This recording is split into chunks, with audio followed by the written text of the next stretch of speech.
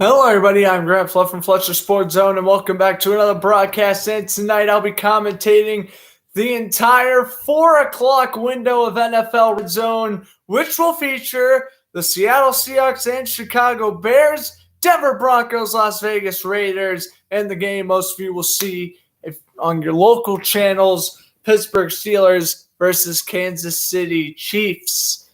All right, so those games are starting in a couple of minutes, but like I mentioned, this is Red Zone. So we're going to hop right on into the action. So we begin with the Jets and the Jaguars. Again, the Jaguars are 2-12. The Jets are 3-11. First and 10 for the Jaguars. Trevor Lawrence off the play action, throws to the right. And Marvin Jones Jr. gets a gain of 8. And it will be second down, 2 coming up. Earlier news today, Jaguars interested in interviewing Doug Peterson and Jim Caldwell. And take a look at the Eagles-Giants game real quickly. Mike Glennon comes in replacement in garbage time and throws a touchdown to Evan Ingram. So 34-10, Eagles leading that one now. For the Bears-Seahawks game is now underway at the Lincoln Center Field. It is snowing in Seattle, 5-9 against 4-10. Looks like the Jaguars just picked up a first down. James Robinson tore his Achilles early in the first quarter in that game. So he is out for the final 2 weeks of the season.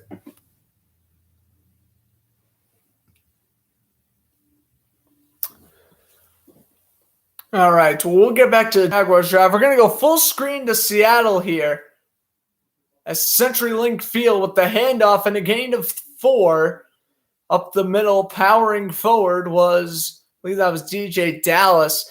Obviously, Chris Carson's out for the rest of the year. I believe so is Adrian Peterson.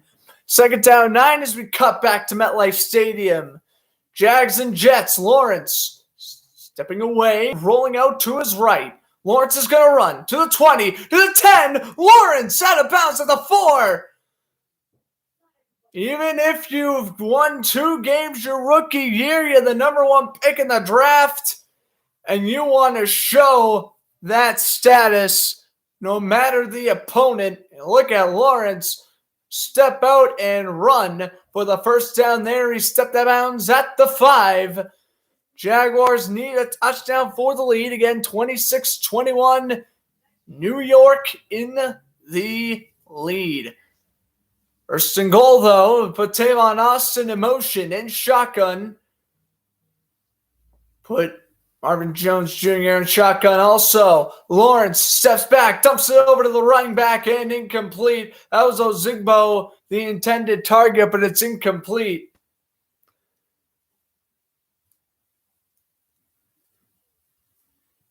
I think Ozigbo was their former running back. It's Ogwambule, the intended target, former Buccaneer. All right, we got 3rd down 7 here for the Seahawks getting at home. It's like the first time I've ever seen snow in Seattle, or at least in a long time. And he gets dumped there by Blyle Nichols. So the Bears force the 3-and-out on defense. I don't know, they rain it all the time down there in Seattle, but this is the first Seahawks snow game I've seen in a long time. Here's 2nd and goal. Lawrence steps back, fires, nearly intercepted, and it's caught at the 1 by Marvin Jones. There's 20 seconds left. They got to go no huddle. 2 more downs to go for Jacksonville. There's no need to spike, and they will spike. Why would you spike? I am a Jaguars fan, by the way. In case you're wondering why we get upset about that. Jaguars are my favorite team, and I will be the first to tell you, I could care less where the Jaguars finish in the draft lottery. I want to win football games. You spike it on 3rd down, though. Now it relies on the 4th down. It was C.J. Mosley who dropped the pick, and here we go. 4th and goal at the 1-yard line. I mean, I cannot believe the Jaguars spiked it on 3rd down. I would have never done that. They put Austin in motion. Now play clock's running out. They put 2 men in motion. Lawrence takes the snap. Under duress. Fires for the end zone. Knocked away. Flags fly. As Jones was the intended target, Jacksonville may get another chance to redeem themselves. Oh, it's on Jacksonville. Turnover on downs, and the Jets will win their fourth game of the year. So they'll go to 4-11. Jaguars drop to 2-13. Oh my goodness. I mean, I got to realize that the Jaguars are still a young team. They have assistant coaches. They're interim head coach thanks to Urban Meyer, but I'm mad. Why would you speak on third down? You're at the 1. Oh, sorry, my Jaguar fan bias is coming out. But it's hard to not show it. It's a joke. Why would you spike on 3rd and goal? And that's the ball game. We're going to go live to the Bears game. Pretty sure the Patriots-Bills game's still on, yeah. Dawson Knox scored a touchdown. It's 4th and 7 for the Patriots. I mean, obviously have to convert to keep this game alive. Buffalo with the win will take the division lead. Patriots will drop to the 6th seed. And we get a timeout before the snap. Now we go back to Chicago. Handoff goes. David Montgomery breaks off a tackle and will lunge forward for a gain of 4. It'll be 3rd down and 2. Brought down the play by Puna Ford. Nick Foles is starting today. Nick Foles' first start of the season. This is his first start since, I want to say, like week 13 of last season. Something along the lines of that. 3rd Bears quarterback to be called into action. First, it was Andy Dalton and the rookie Justin Fields. Fields and Dalton are out with injuries. They got Nick Foles. 4th and 7 for Mac Jones. Again, Patriots got to convert to keep this game alive. Jones stepping up, running away. He's going to launch one. This is caught at midfield. Kendrick Bourne called off the COVID list earlier today. And he will pick up the first down. Patriots got to go no huddle. They got to score a touchdown and recover an onside kick before they can even think about winning this one. Jones throws out of the reach of Bourne and incomplete. Now the coverage there was Williams. I'm not one to... I try to keep quiet. Basically, I try to keep quiet if I don't agree with officiating or whatever, but considering I am from Massachusetts, I did see the quite majority of this Patriots-Bills game, and I'm not going to lie to you, I felt there was some pretty, hate to use a harsh word, but egregious miscalls in this one. But Bills were the better team regardless, which did go against the Patriots, but Bills were the better team today. Just their offense was efficient. Pretty sure they scored on every single drive. And they definitely deserve to win this one here at Gillette. So, again, they will take the division lead. Patriots bump down to the 6th seed. Lucky me, I'll be commentating Jaguars and Patriots next Sunday at 1 o'clock Eastern. Not going to want to miss that one. Here's Mac Jones on 3rd and 10. Ball placed at the 49 on 3rd and 10. Throw is dropped out of the right hand of Aguilar, or Bourne. Aguilar was inactive today, and now it is going to be 4th and 10 for the Patriots. So they converted 4th down last time. Let's see what they can do here with a minute 13 to go. I mean, I understand it's crunch time for the Patriots, but I don't know why we don't have the double box. I would like to, I guess, see the Bears game, because that game just started. It's much more entertaining than this one, I'm assuming. Here is a 4th and 10 again for Mac Jones. He escapes the sack. Jones is going to launch one deep. It's going to reach the end zone, and it's picked at the 2. Down by Jacoby Myers. There's Mac Jones' second interception of the game. That one by Micah Hyde, and the Bills will close it out in Foxborough, and they will win 33-21. I mean, that throws right to Hyde. Jones just trying to get some air into that football. He completed a miracle pass to, I believe it was Aguilar last week in Indianapolis. This is huge for New England. They had the 7-game winning streak, but now they've dropped back-to-back games to both teams that are in a dogfights with them in the playoff race. Bills again, now in the 3 seed, and unless they lose out, that's going to stay that way. As they will both go to 9-6. Yes, Josh Allen will take the knee, and Buffalo did a nice job today in a hostile environment. Their offense made a fool out of the Patriots' defense. New England had the best defense in the league before the Indianapolis game. I'm sure that's going to shape up after this one. But Buffalo is back. The Patriots got the Jaguars and the Dolphins left on their schedule. Again, New England should make the playoffs, but now I don't know if they're going to win the division or not. This is an inside handoff on 4th and 1, and the Giants stopped them. I also saw Gardner Minshew was in the game for the Eagles there, so that was his 3rd appearance of the season. So Allen takes another knee, and 33-21 will be a foul in Foxborough. Like I mentioned, congratulations to the Buffalo Bills getting that one done. Sean McDermott and Bill Belichick with the handshake. Hard-fought win for Buffalo. Again, both teams in the playoffs. This could be a potential playoff matchup. Patriots win in Buffalo, but the Bills win in Gillette. How about that? 2nd down 6. So now I guess other than the Giants-Eagles game, we have Bears and Seahawks. It looks like this is going to be the only game we have for another 10 minutes. Again, Raiders, Broncos, and Chiefs-Steelers talking about 10 minutes. I'm very curious what's going to happen to that Steelers-Chiefs game. But here's the 1st and 10. Wilson at the 30 with the handoff. I believe this is Travis Homer, and he lost a yard.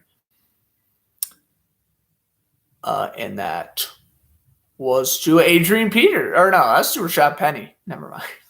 It's Rashad Penny on the carry. I think Adrian Peterson's still inactive. He played one game against the 49ers. Suffered an injury, missed the Houston game.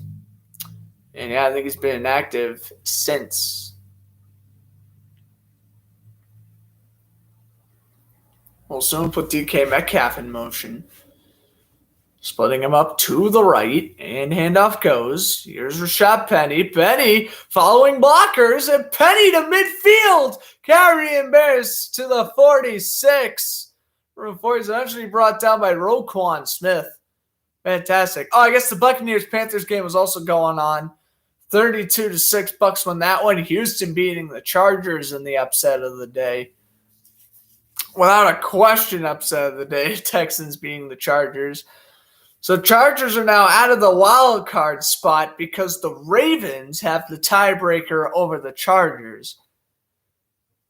So if you're wondering how that works, even though Josh Johnson played for his 14th NFL team today, and although the Bengals destroyed the Ravens by 20, they are still in the playoff race as the 7th seed, thanks to the Ravens being the Chargers back in week 6, week 7? Something along the lines of that. By the way, this Bears-Seahawks game, you can watch it live on Fox as DJ Dallas with the handoff and a gain of 1. You get there now coming up. I actually guess I'll switch now. I was about to say I'll actually switch over to the Seahawks-Bears game, but I don't really see a point to. Yeah, but I guess I could. I think it's more up to date. Yeah, it is. Wilson's going to throw for the end zone, and it's complete! DK Metcalf for the touchdown! Let's go. Let's go back to red zone here. 3rd and 4. Wilson takes the snap, and Wilson's going to launch one deep down the right side. DK Metcalf touchdown. There we go. Is that better? I mean, I guess it was because I was calling it from the beginning, but bro, I'm like, I'm not going to switch. Yeah, I'll switch. And then I miss a touchdown. Are you kidding me? Well, there you go, DK Metcalf. DK Metcalf's quiet. Maybe he's a Pro Bowl replacement. I don't know. I don't really know how that works.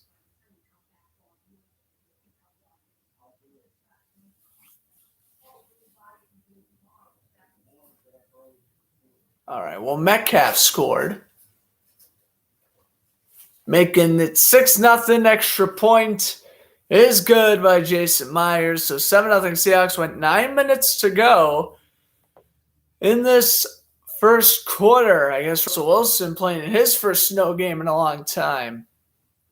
Getting the job done there. Okay, so like I said, I'm commentating the 4 o'clock games. Let's take a look at the 1 o'clock games here. So the Falcons beat the Lions 20-16. The Rams beat the Vikings 30-23. Texans again with the upset over the Chargers 41-29. Bucks beat the Panthers 32-6. Jets beat the Jaguars 26-21. Bills beat the Patriots 33-21.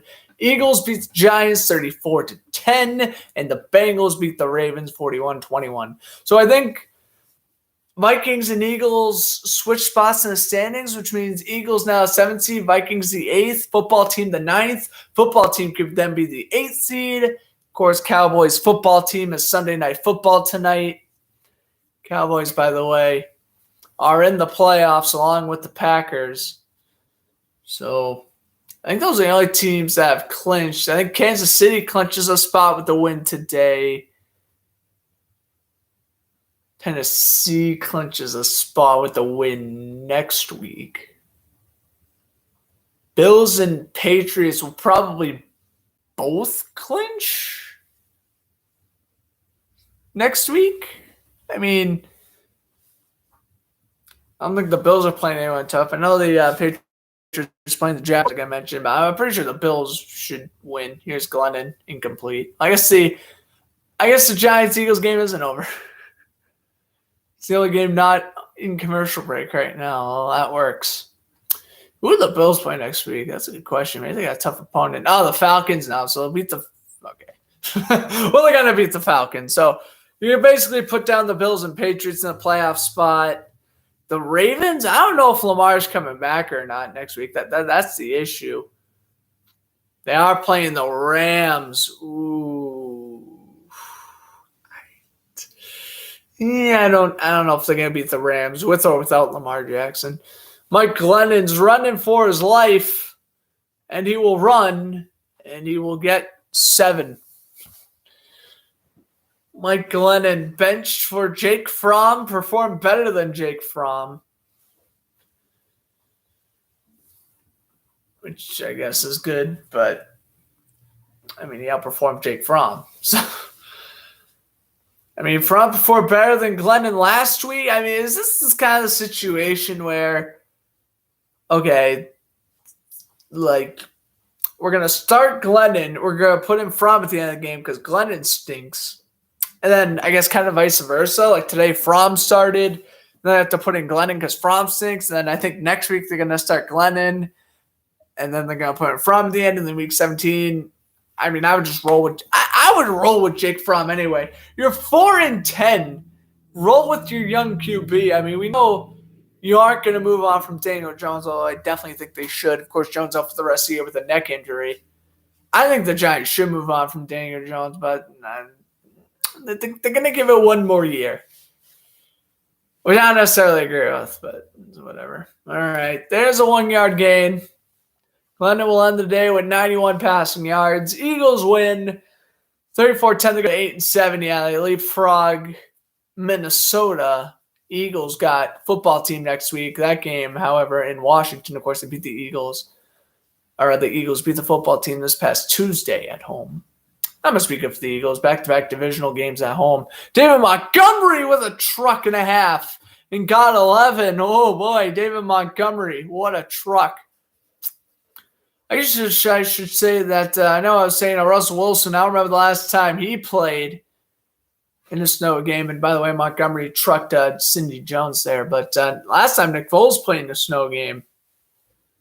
2013 Eagles-Lions. LaShawn McCoy has his career game for Philadelphia. And their win over Detroit. Ran for like 216 yards or something like that. Good times.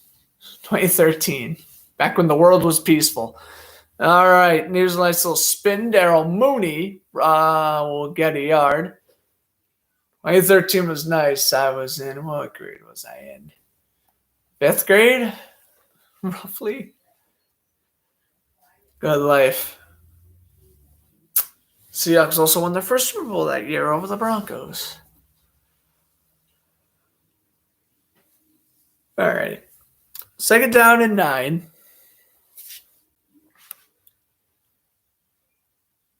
Foles will split, receiver out to the left. Foles will pump, throws on the run, and it's swatted away.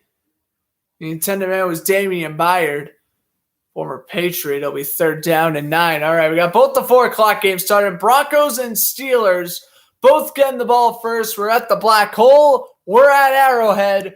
All 4 o'clock games are about to kick off. Well, this is exciting. All right, Daniel Carlson trying to puncture that football before he kicks it away. And she's ready to get this game going as well. Again, you can watch Bears Seahawks on Fox. You can watch Steelers Chiefs on CBS. You can watch Broncos Raiders if you're in the West area, I'd imagine. Here we go. Carlson to kick it off. Looks like that is, is that Harrison Buckner? Looks awfully different. Chiefs kick it off. Raiders kick it off. 4 o'clock games on our way. Touchback by the Steelers. Return for the Broncos. Not quite. Touchback for Denver. Ben Roethlisberger. He's 2-1 the last 3 games. 5 touchdowns to 1 pick, averaging 230 passing yards per game. All right, I would love to. I was about to say I was loving the triple box action, but I could not tell what was a return, what was a touchback during the kickoffs because of it. All right, 1st and 10. We're gonna go to Arrowhead as you'd expect. Steelers Chiefs. Let's see what happens. All right, so good news for the Steelers, since the Browns lost to the Packers yesterday with a win, they would actually pass Baltimore because they also have the tiebreaker over the Ravens right now. Lost 2 for Najee Harris, brought out of bounds by Juwan Thornhill. So Pittsburgh could technically be the 7th seed thanks to their tie to Detroit. Although I do not see them going into Arrowhead and beating the Chiefs. They did last time. 2017 was the last time these 2 teams played at Arrowhead, and the Steelers won that one. Jim Nantz, Tony Romo on the call in the 4:25 windows. Maybe. We'll see. But yeah, again, that was 2017 Roethlisberger. This is 2021 Roethlisberger. He will throw. That is caught. Deontay Johnson. 1st down. That was a gain of about 13. And now we will go back to the Bears Seahawks. 3rd down, 8. Foles throws. Almost threw a pick, but it is complete, and that is a 1st down. Marquise Goodwin making the catch there. I'm going to take a look at Deontay Johnson. What a nice catch that was. Johnson, 86 catches, 1,028 receiving yards. That is a career high for the 3rd-year receiver. Here's a handoff. Najee Harris up the middle, and he lost a yard, and it will be 2nd down and 11 coming up. Goodness, why is my phone exploding with notifications? It did send out a tweet. And that got 10 likes. All right. 2nd down and 10. Tyrann Mathieu on his way to the Pro Bowl. Only player on the Chiefs defense who's even Pro Bowl worthy, in my opinion. And here's a 2nd down 10. Oh, and I guess Chris Jones. I shouldn't disrespect Chris Jones like that, actually. He's been pretty good this season as well, as per usual. Here's a 2nd down and 10. Roethlisberger's going to pump. He's going to throw, and that one's incomplete for James Washington. It'll be 3rd and 10 coming up.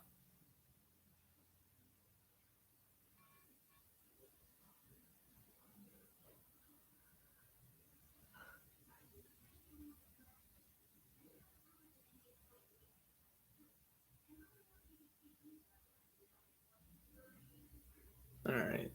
They're now coming up for the Bears. What's up, Annette? Thanks for stopping by. Thanks, Pedro, for stopping by as well.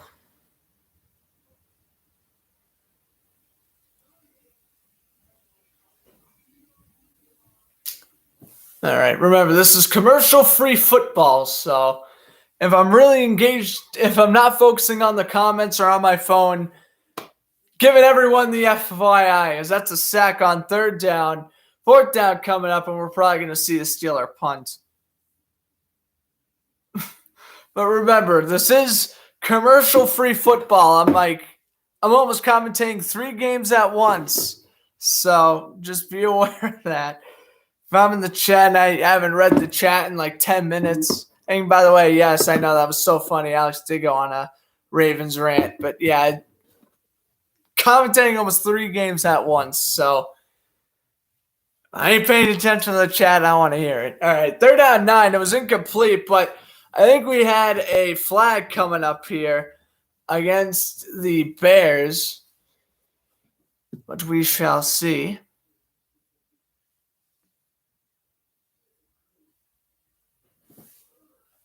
Gonna be against the Seahawks. 1st down.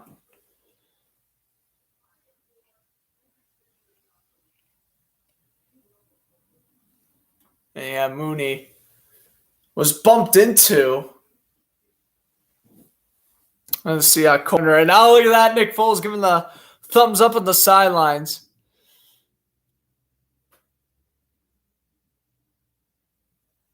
Oh, that's good. Yeah, glad TJ's doing better. 1st and 10. Handoff goes Montgomery up the middle and gets 8. It'll be 2nd down and 2 coming up. Bobby Wagner with the tackle. Wagner on his way to, another Pro Bowl. Fantastic middle linebacker. He has been past decade with the safety Neal. Close up the gap for Montgomery, and Wagner comes on in with a huge tackle after a gain of 8. Montgomery last week, 18 rushes for 60 yards in the Monday night loss to Minnesota. So down in 2. This first quarter absolutely flew by. 240 and counting first quarter. This was the 4:05 game, though. Here's the handoff. Montgomery up the middle to the 4. And so the Bears are trying to respond with a touchdown after Wilson threw what was roughly a 40-yard TD to DK Metcalf. I would imagine it's extremely tough to punt in this weather. I don't see many punts in a snow game, so we'll see what happens. All right, 1st and goal.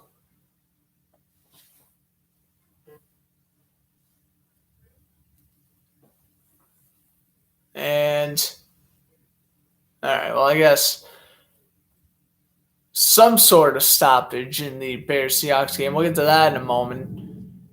1st and 10 for the Raiders at the 4, and the Chiefs have the ball for the first time at the 27. Kansas City, they're looking good.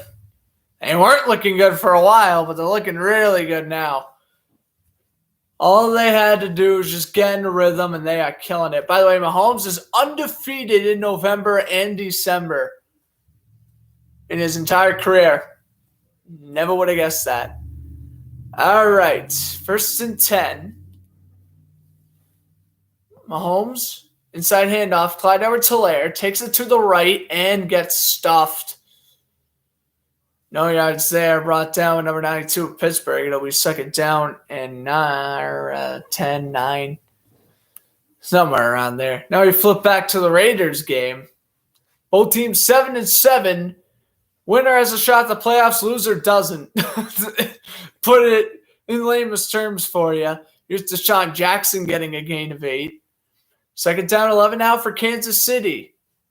Edwards-Helaire to the right in shotgun. Inside handoff. Helaire will take it to the 30.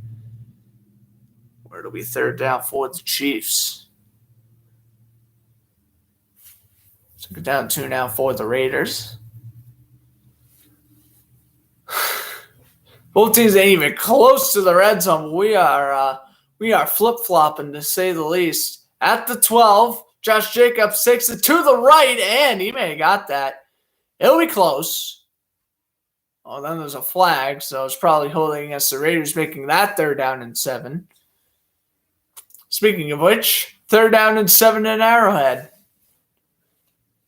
Mahomes takes the snap. Oh, Bears game's back on, and Montgomery with a handoff to the 2. Mahomes on 3rd and 7. It was a 1st down to Tyreek Hill. So Tyreek Hill off the COVID protocol list. Travis Kelce stays on. Blake Bell will be the starting Chiefs tight end. I never understood why the Chiefs don't get a backup tight end. Like, Blake Bell's been their backup tight end for 3 years now. Like, get someone good in case Kelce's out. Kelce, by the way, over 190 receiving yards when the Chiefs beat the Chargers last week on Thursday Night Football. All right, 2nd and goal. Direct snap goes to Montgomery, and he's going nowhere. I lost a 2 on that one. Poor tackling by Chicago, but that's the Matt Nagy offense. Bland. Direct snap on 2nd goal at the 2 to lose 2 yards. Not smart. Here is Byron Pringle getting 11 yards off that catch. So Kansas City's rumbling. Oh, my God. It's like, how do you switch from the Chiefs offense to the Bears offense? Like, one excites you, the other one makes you want to go to bed. Here's a 3rd and goal. Foles. And even with Justin Fields, their offense is boring. This is with Nick Foles, no less. They're going to put Montgomery in motion. He'll go behind Foles. Foles pumps. Foles going to run. Foles will just chuck it up, and it's incomplete. And he never went past the line, so this will count as a pass. And it will be 4th down coming up at the 2. I think they will go for it. 1st and 10. Mahomes fires down the middle. There he is. Blake Bell to the 38. 4th and goal to go for the Bears.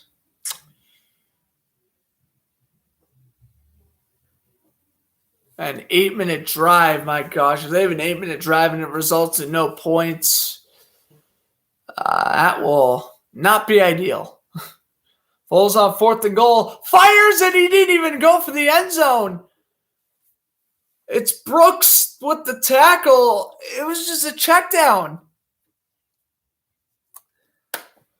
Matt Nagy play calling with Nick Foles as your quarterback. What could go wrong? That. 8.5 minutes off the clock for nothing. Seattle's still up 7-0 in that one. Here's Tyreek Hill off the screen pass. Needed 6, got 8. 1st down, Kansas City. Well, at least that game's basically done with the first quarter. I mean, at least Broncos, Raiders, and Chiefs and Steelers, I mean, at least these games have something to play for. I mean, the Bears are eliminated from playoff contention, and the Seahawks are going to need 1,000,001 tiebreakers to make the playoffs. So I guess that was a good thing that the worst game started early, and then hopefully we have 2 tremendous finishes that could really shake up the safety playoff picture. Again, Pittsburgh with the win. They are the 7th seed thanks to their tie and their win against Baltimore a couple weeks ago. This is caught. Breaking off some tackles is Williams to the 12. So they're inside the red zone. I would say call Scott Hansen, but, well, Scott Hansen's already been called. And here's a 2nd down and 10 for Derek Carr and Hunter Renfrow. Wow. Juggled it, but caught it at the 46. Hunter Renfrow, man. Very good route runner. Media darling, too. I don't know. I like him. Good player. 30 out of Clemson, Hunter Renfrow. Here is now 1st and 10 at the 12 for Kansas City. Mahomes will just toss over to Williams. Nice juke, and he's brought down, loss of 1. Williams with the tackle. It'll be 2nd down and 11. They're down 4 now in the Raiders game. Carl audible. Richard of the running back. Jalen Richard. 2 seconds to go on the play clock. Carr's got to take the snap. He does. Carr under immediate arrest. Just lobs one up for Zay Jones, and it's incomplete. 4th and 4. I think we're going to see an A.J. Cole punt. A.J. Cole, your AFC punter in this year's Pro Bowl. Mecole Hardman to motion. 2nd and 11 for Kansas City. Holmes will toss it over the middle for Hardman, and it's incomplete. Micah Hyde on the coverage, and it is 3rd down and 11.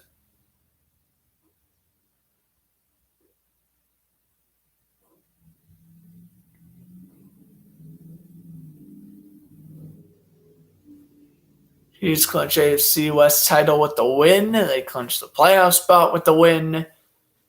Pittsburgh drops to 7-1, all but basically ending their playoff hopes this season. That tie can help them out, but they got to start winning games and quit relying on that tie. Mahomes on 3rd and 11. There is a flag. Mahomes got to lob one up to the end zone, and it's picked! There is a flag, but it's an interception in the end zone. Achilles Witherspoon. No, but Mahomes is saying it's against the Steelers. It probably is. It is. By the way, very windy out there in Louisiana today. Jerome Boger, our referee, and he does call a penalty against Pittsburgh. Offsides on Cameron Hayward, almost certainly. So that nullifies an interception. Yeah, I think Mahomes knew he was just kind of chucking it up. Because why not? And yeah, he was going to win the one-on-one shot.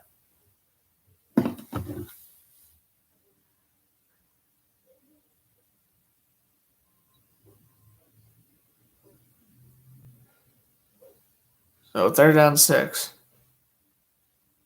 Mahomes will throw, and Blake Bell will get 5, making it 4th and 1.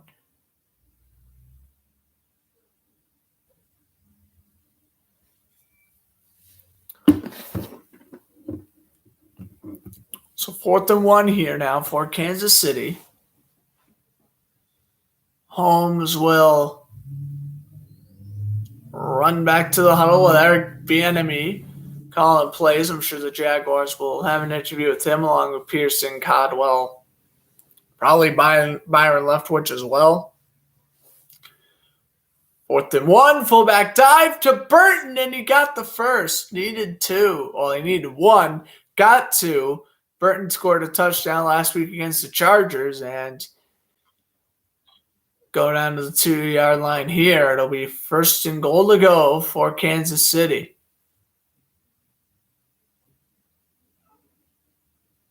Good fullback dive up the middle.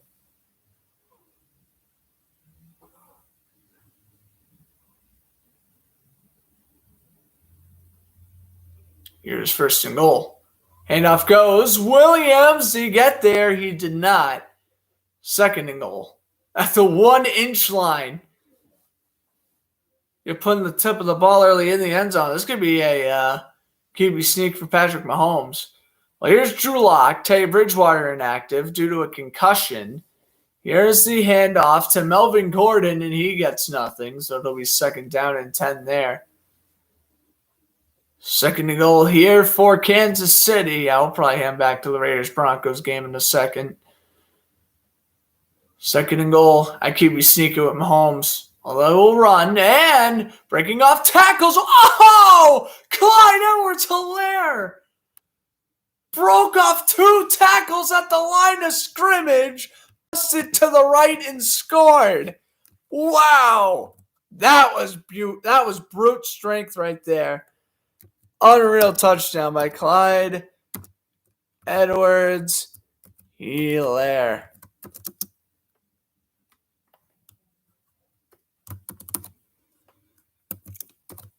Wow.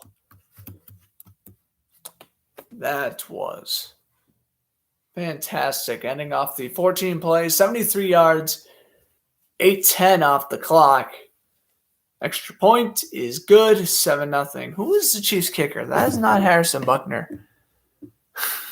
Harrison Buckner was 4, right? Or does he wear 9 and I'm just going insane?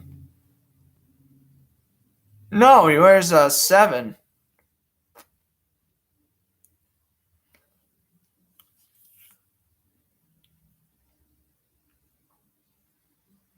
Chiefs signed a kicker.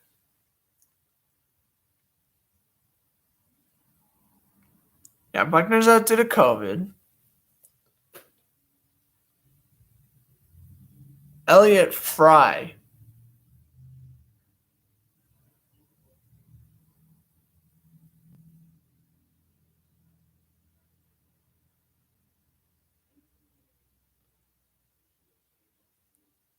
Elliott Fry used to play on the Bears and Falcons. practice squads.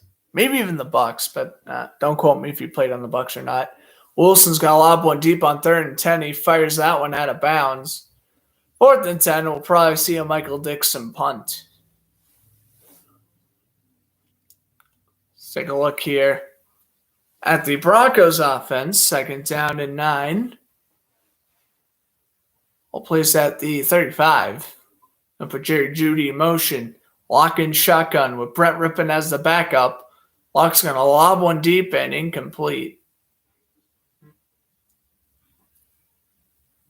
For the old man, it'll be 3rd down and 9.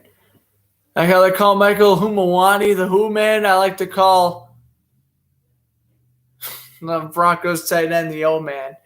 Like Okwalamula or something. Oh, God, just call him the old man. Making my life much easier. 3rd down and 9 for the Broncos, though.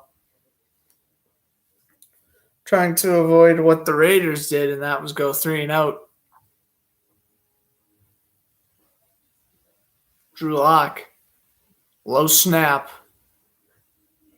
A lob one up and looking for Jeudy. Incomplete. Casey Hayward on the coverage. And flags are thrown.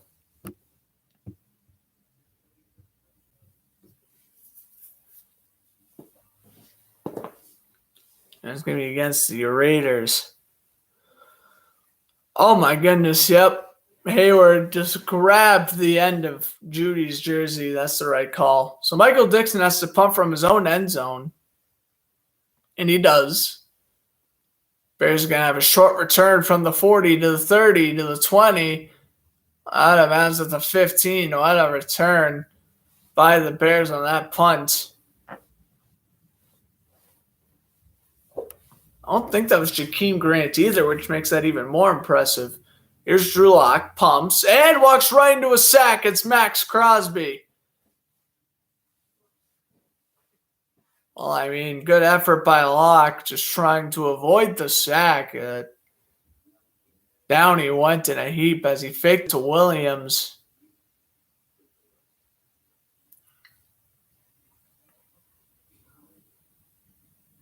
Here's Foles. Throwing, caught. This is on 1st and 20. Goodwin. Make it 2nd down and 5.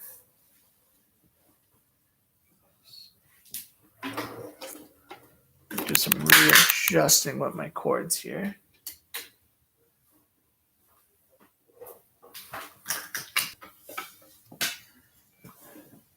Oh, we got 2nd down, or now 3rd down and 17 coming up here for the Broncos.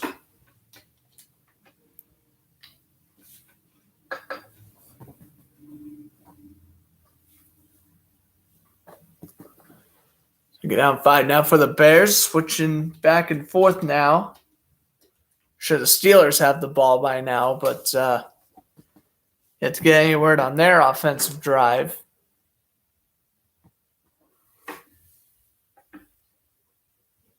First and 10. Oh, here you go for the Steelers. 1st and 10. Roethlisberger threw an interception. It's Ward. Shajarius Ward with the interception. Oh, there you go. End of the coup de grace. Interception. When in doubt, Mason Rudolph's the backup. 3rd down and 5. Foles throws, caught to the 2. It's Montgomery. Montgomery's going to try to power his way for a touchdown, but he cannot. 1st and goal.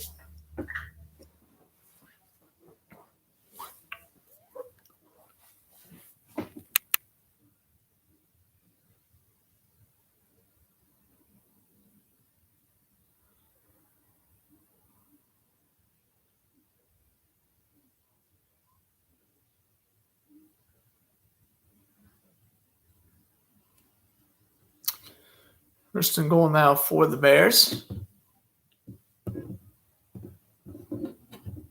And off goes Montgomery. He's going to try to lunge over, and he didn't get there. 2nd and goal.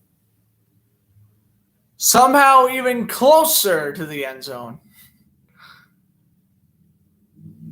from like the 3 to the 1. All right, second down 5 for Kansas City off the turnover, and handoff goes to Hilaire, and he takes it to the 41.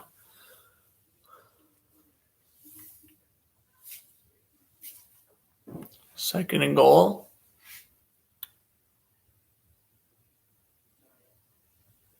Nagy trying to avoid going to 4-11.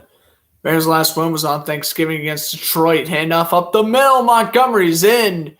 Montgomery's in for the touchdown and a snow angel to boot. So Bears, an extra point can tie. Will they go for 2 is the question. It's not deep snow, although it's snowing pretty good. It's not deep snow, so I don't know I'm not really sure what they're going to do here.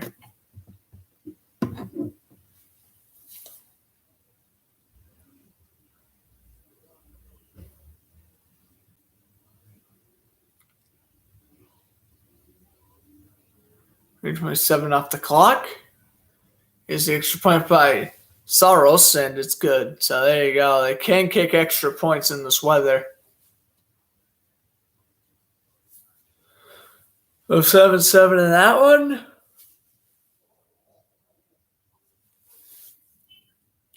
Chiefs on 1st and 10 at the 24. Holmes is going to throw, and the ball pops out, but Joe Tooney's there to recover the fumble, or what would have been a fumble. So there is only 2nd and 11 coming up for Kansas City. It was ripped by Williams. Holmes got shoved in the shoulder, or got grabbed by the shoulder.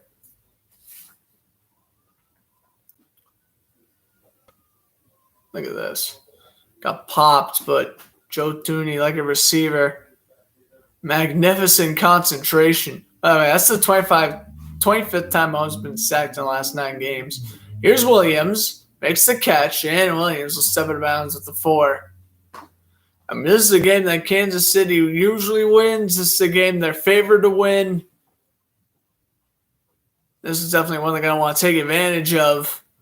As, again, you can essentially knock Pittsburgh out of the playoff race with the loss here. At least make their next 2 weeks do or die. I mean, you want to take a look at this Kansas City offense is so explosive. They lost Sammy Watkins in the offseason. They're without Travis Kelce right now. Tyreek Hill hasn't practiced all week because he's been on the COVID list. It don't matter. This team is still destined for glory. They figure to Hilaire. 1st and goal. Mahomes dancing around in the pocket. He's going to sidearm it. Touchdown, Byron Pringle. Sidearmed it down the middle. And Byron Pringle, good touchdown, making it 13-zip. That's going to go 5-yard. Well, 5-yard pass. By the way, Patrick Mahomes, 62nd career touchdown pass at Arrowhead Stadium. That's tied for most in team history. Now, I don't know if he tied it with Len Dawson or he tied with Alex Smith, but the fact that Patrick Mahomes is already thrown 62 touchdown passes at home is crazy. Extra points good. 14-0. All right, back to Raiders and Broncos. Derek Carr looks like he just ran for a 1st down. See what the rest of the Raiders crew is doing. 3rd down conversions, they are 2 for 3 today, ranked 25th or 28th in the NFL with 35%. At 35, Carr will dump it over to Jacobs, and he dropped it. On the coverage there was the linebacker, Browning.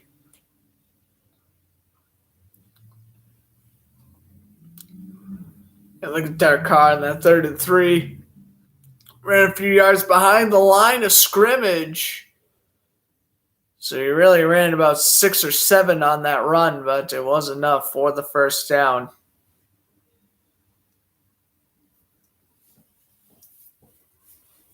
Second and 10. Here's Carr. Enough goes Jacobs. Up the middle he goes to the 41.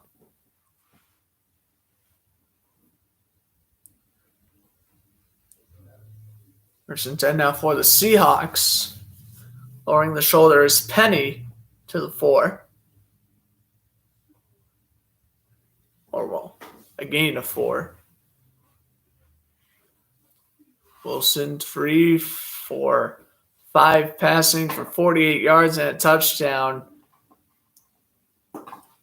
About 39 or 40 of those yards came off the Metcalf touchdown. Another third down for the Raiders. They converted another one. Needed 4, got 7 to Zay Jones. That's back-to-back third downs the Raiders have converted, and they are going to keep this drive alive.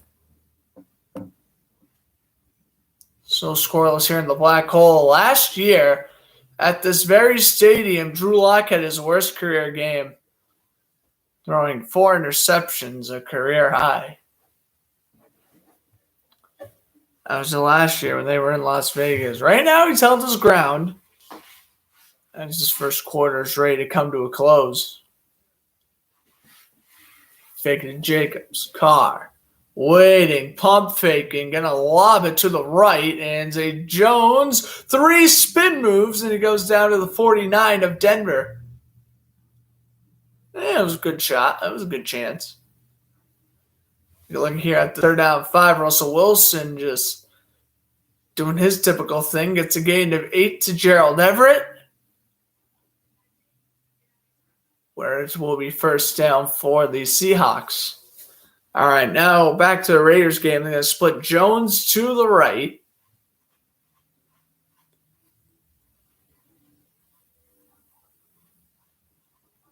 Down 6 Carr trying to audible, and that's the end of the quarter. So, all right. That was done with. Chiefs Steelers has about 1 minute left.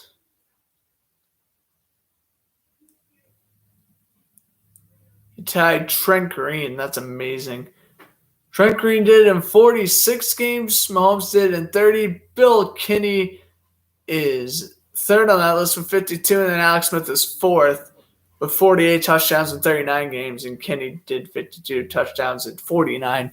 What's up, Payne? Thanks for stopping by. I'll tell you one thing. Next Mahomes passing touchdown in the stadium, it'll be a milestone. They put Chase Claypool in motion against you. Has been without Juju Smith-Schuster since about week 4. And Najee Harris with a run and a yard. Appreciate Haynes stopping by. Appreciate everyone stopping by. Live broadcasting of NFL YouTube or NFL Red Zone here on YouTube. Bit fun one.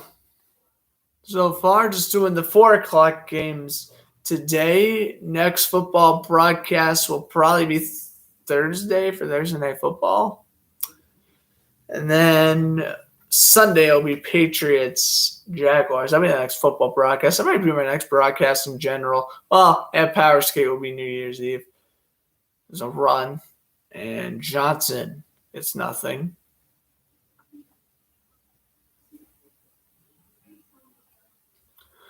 Oh, and I guess there isn't a Thursday night game this week. Well, that's good.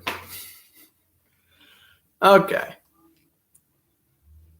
There isn't. Yeah, we're doing Patriots Jaguars, but we got some good games on next week and some games that'll definitely make or break some teams, especially in the AFC. Dolphins, Titans, Chiefs, Bengals, Raiders, Colts, Chargers, Broncos, I guess, is now a crucial game. And Steelers, Browns is next week's Monday night game. Tomorrow's game is Saints, Dolphins, which I most likely will not be on the call for, as I'll be busy tomorrow night. But as the second down 4 is about to occur here for the Seahawks, let me just quickly give a shout out to New Orleans Saints for signing my favorite player this past what did they say? Today's Sunday. So this past Friday. Signing, it was on Friday. They signed Blake Bortles. That's right. Favorite QB right there. Glad he got signed. Glad the Saints gave him a shot. Gonna be backing up Ian Book after Simeon and Taysom Hill got COVID, so that's good. Just even if he doesn't play, it's another jersey to add to my collection. So I'm a happy man either way. But I seriously hope he can play. It'd be pretty awesome if he could play. I mean, even if it's just a knee, like it'll it'll go down the books as he technically played a game in a Saints uniform. So, I mean, we'll see how that goes. Obviously, as DJ Dallas gets the handoff and we'll make it roughly 2nd and 4. I'm going to get my usual thing. No, I don't want Ian Book to get injured. And I don't want to necessarily see him play bad, but yeah, basically I'm going to be cheering for Ian Book to have an abysmal first half where they're going to have no choice but to put in Bortles in the second half. And then obviously Bortles leads the Saints to victory. The Dolphins' 6-game winning streak is snapped, and what do you know? They're right back to where they were a few weeks ago. Good, but not good enough to make the playoffs. It's like, seriously. Other than the Eagles and maybe the Vikings, come on. Teams in the AFC deserve a playoff spot over whoever the 7th seed's coming out of the NFC. And that was kind of the same thing last year. Like, the Dolphins should have been in the playoffs last year based off of records, but obviously they're in the AFC. Bears are in the NFC. Bears finished, 8-8? They made it in the wild card round? Like, give me a break. I know you have to set playoffs up by divisions and whatnot, but not the way to go there. All right, Raiders, Broncos. 2nd and 7. Carr takes the snap, dumps it over to the left, pass is caught, and shoved out of bounds. 3rd down, 6. That Peyton Barber. Rondé Barber's tired. Peyton Barber with the catch. And it's 3rd down and 7. Yeah, Peyton Barber played on the Buccaneers and football team before this offseason. Raiders signed to a 1-year deal. He hasn't been bad. I mean, take a look at the Raiders running back core. You have Jacobs, Richard, Peyton, and Alec Ingold as your fullback. That's far from the worst backfield in the league. I mean, it's not tremendous, but. Oh, and they also had King and Drake. I forgot about that. Here's Carr going to throw in. Oh, wow, incomplete, and there is a flag. Foster Maromes made an incredible catch, but couldn't reel it in, but there's going to be a flag anyway.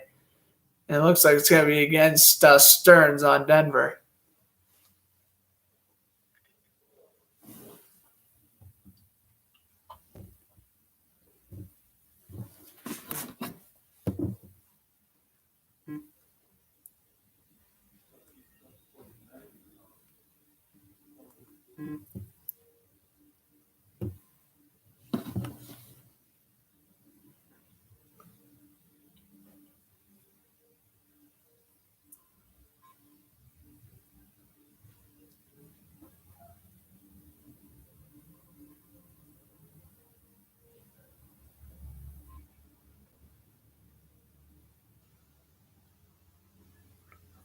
Just a second. 1st and 10 for the Raiders coming up.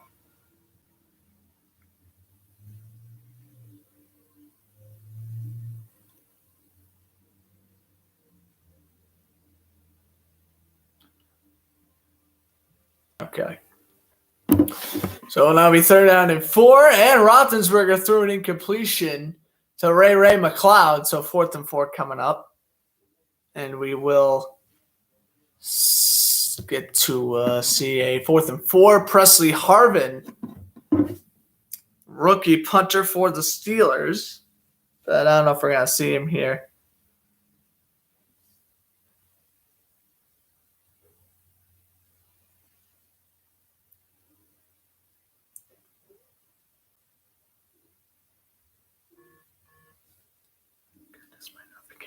All right.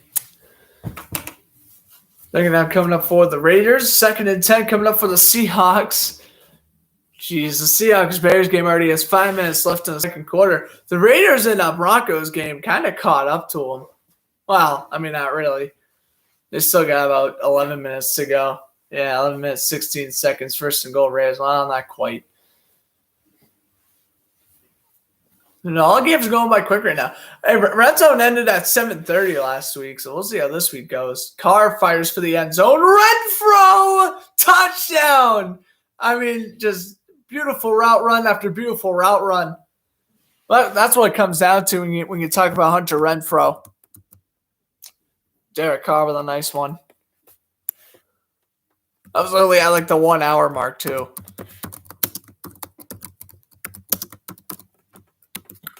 7-0 Raiders. I could do the Raiders, but like I don't know. I don't got the voice to do that right now.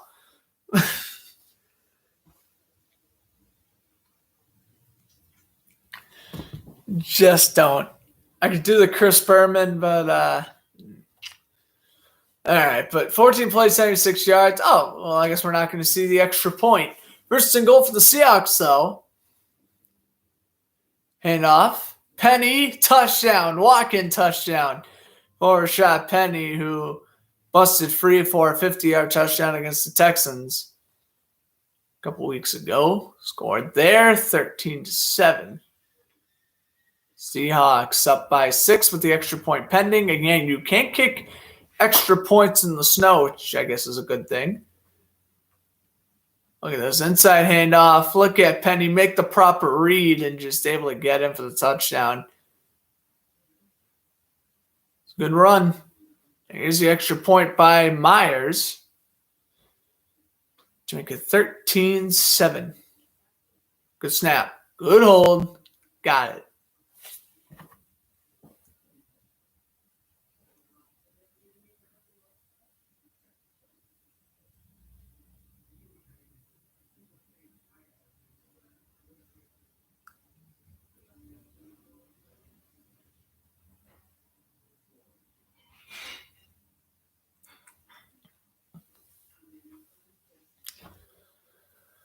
You got a flag? Oh, you had a flag. Okay. Yeah, the extra point's good. Seahawks.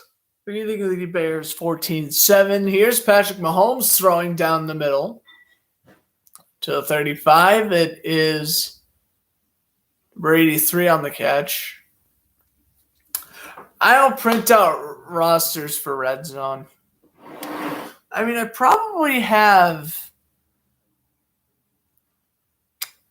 may have the Raiders roster, and I have the Steelers. Don't know if I have the Chiefs, and I don't think I have the Broncos, and I definitely don't think I have the Seahawks. I must have the Bears roster because I was just commentating their game on Monday. So I must have theirs, but yeah.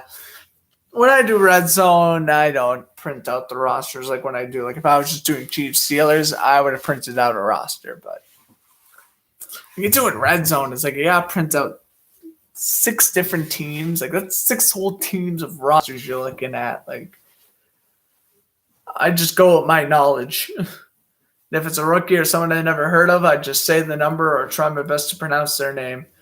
Here's Williams to the 48.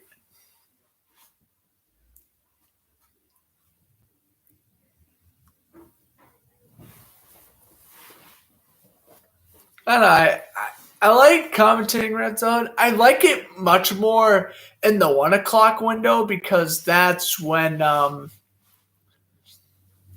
there's more games on. So like I like commentating the 1 o'clock window more probably, but it's still fun. We still got 3 games. Probably is going to end around 7:30, 7:45. I'm probably not going to stay on for the touchdown montage. Just a little FYI, probably the last snap of the last game, and I'm probably going to head out. I don't think I'm going to stay for the touchdown montage because I want to go install some Madden. That's right, I got Madden 22 for Christmas. I want to go install that and maybe somehow, some way, get some Madden gameplay for y'all, but I don't think you would want to see me play Madden. I'm not that good of a player to begin with. But if you're just in a Madden like franchise series, let me know. But I don't really see how I would film that, but we'll see. There's a 3rd down 2. Mahomes is going to step up at a pressure, and it's complete. Mecole Hardman almost broke free, brought down at the 31 by Witherspoon. Lock play action to Gordon back in the Broncos game. Lock's going to throw wide open. And Judy brought down by Trayvon Morag and others inside the 40.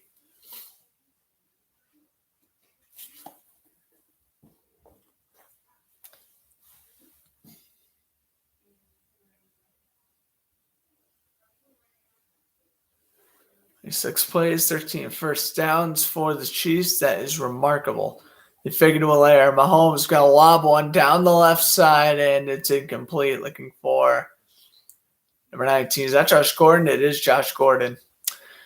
You know, everyone was making such a big deal when Josh Gordon signed with Kansas City. I mean, he was out last week because of COVID, but, like, really? Josh Gordon's done next to nothing in a Chief uniform. Like, he literally just caught his first career touchdown in a Chief uniform a couple weeks ago when they blew out the Raiders.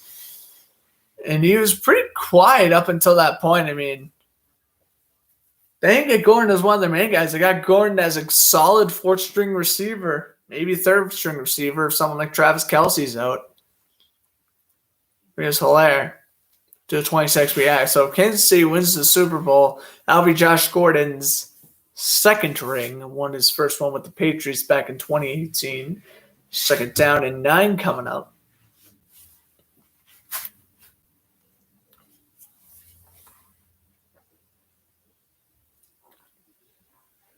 (28) offensive plays, only 11 for the Steelers.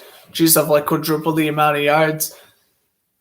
13-2 first downs, over 15 minutes possession time for the Chiefs, closing out 60 minutes. Now Steelers only have 5. I mean, the Chiefs 3 for 4 on third downs. Mahomes runs around in a little circle, throws on the run, and is dropped by Gordon. Oh my God, he literally ran around in a circle in the pocket. Oh my gosh. I mean, TJ Watt's coming at you at full speed. Chiefs do a nice job double blocking him. Well, so he does a spin move in the pocket. He did a full 360. And almost completed the pass to Josh Gordon. A very accurate pass considering he was under duress.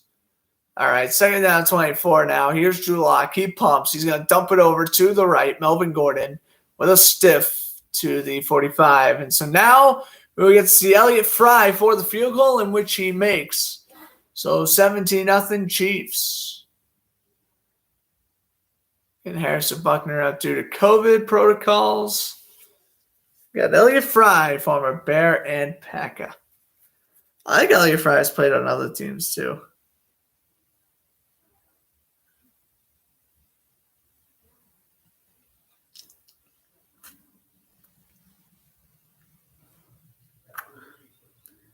He's played on the Bears, Ravens, Panthers, Buccaneers, Falcons, and Chiefs. So I knew Falcons, Bucks, Bears. I did not know Ravens. Actually, I think I remembered him on the Panthers, but I don't remember him on the Ravens. Which is okay, because he was on the Ravens practice squad anyway.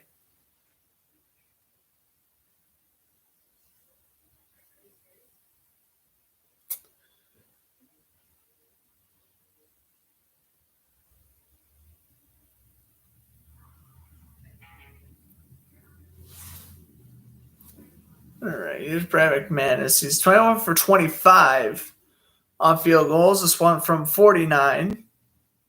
And he drills it down the middle.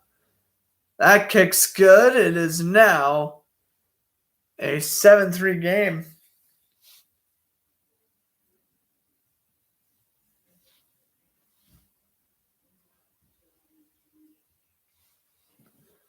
All right, so I think this means that all games are in commercial break, including the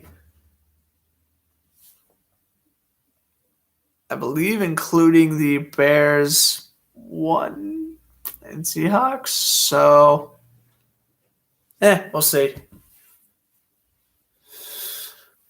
Yeah, this is good. I mean, Seahawks Bears is like already near halftime, and unfortunately, it looks like the Chiefs Steelers game is gonna be a beatdown. But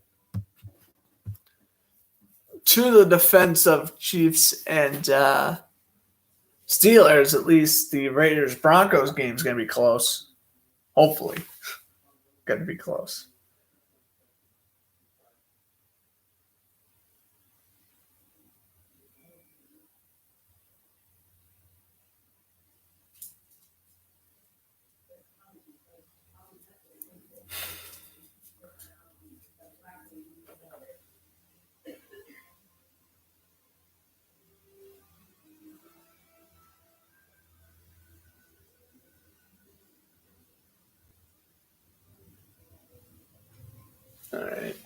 I just showed an interview from Matthew Stafford earlier.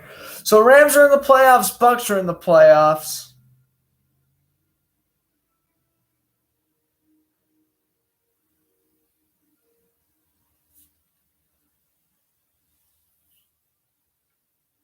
And I'm trying to think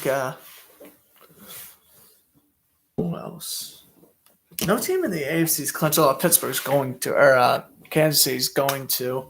Yeah, I don't know why they're showing the Matthew Stafford interview. Let's get with the football. Come on, Red Zone. You're slacking on me. All right, Chiefs and Steelers getting a commercial break. I guess we'll broadcast this game for a second. Yeah, I don't know what they're doing. They're showing Odell Beckham Jr. and Matthew Stafford interview, which I'm sure is almost over, but just for the stream's sake, so I'm not just looking at my phone for a couple more seconds, I can give you guys a couple of plays in the Steelers-Chiefs game while we're at it. 1st and 10, Roethlisberger inside handoff, Najee Harris. Harris takes it to the right and gets away from Juwan Thornhill. Oh, and a stiff arm! Oh, a magnificent stiff arm at the 47. Najee Harris. That was ridiculous. All right, well, surely Red Zone's going to show that one. Hopefully they're done with their Matthew Stafford interview, and they are. And they're actually going to show the Steelers-Chiefs game. Oh, great. It was a nice run to the right. And again, I mean, that was just a magnificent stiff arm on Juwan Thornhill there. All right, back to the Bears offense. Oh, great. At the 46, Foles, play action to Montgomery. And he's going to throw deep, and it's incomplete for Mooney on the coverage. Was Brooks, 2nd and 10. I'm stunned. Nagy let Foles throw the ball. I'm surprised by that one, actually. Here's Zay Jones. They put him in motion. Carr guns it down the middle. That one's complete to Moreau to the 45-yard line. And first down for the Raiders. Back at Arrowhead, 2nd and 5. Faked the handoff, though the screen of Ray McLeod gets brought down by L'Jarius Sneed after 3 yards. 2nd down, 7 now, or 2nd and 10 for the Bears. Handoff goes. Montgomery bounces off some tacklers. Oh, what a stiff arm. He's just letting Seahawks carry him. 11 yards for Montgomery. Nice run that was. Here's Carr. Handoff. Jacobs. And back to the original line of scrimmage. Williams with the tackle. They're down 8 here now for the Steelers.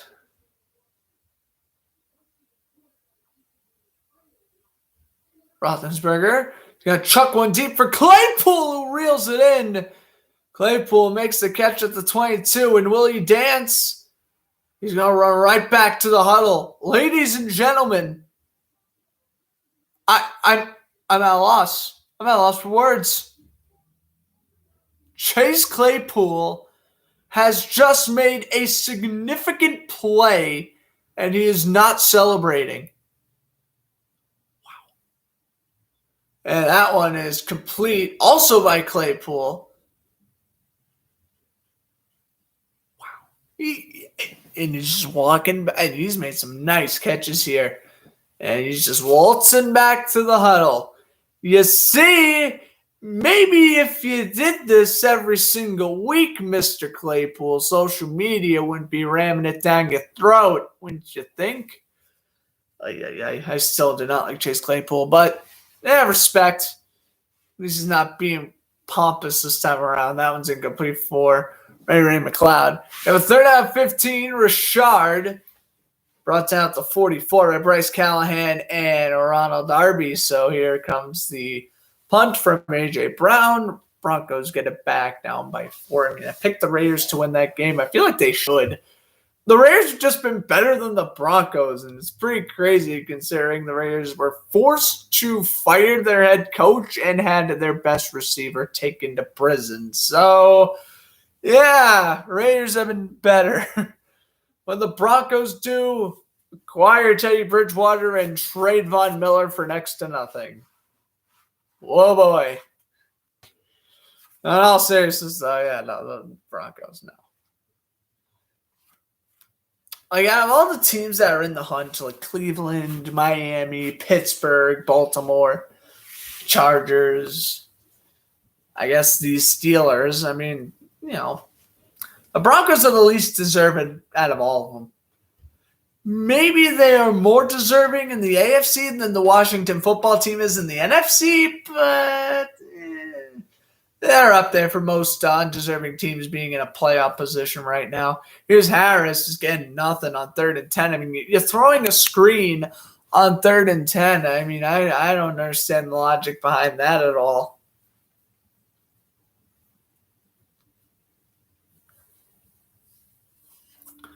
I mean, this is just Mike Tomlin getting out-coached. That's the moral of the story right now. He's just getting out-coached by Andy Reid poorly. I mean, you throw a check down on 3rd and 10? Oh, my gosh. That's awful. Chris Boswell made 43 straight field goals inside 40 yards. This one is from 36, and the announcer jinx strikes! Oh, I brought it up. And that was a death sentence. 36 yards, missed it to the right. Oh, Boswell. I'm sorry, Boswell. That was my fault. That was on me. Sorry, Boswell.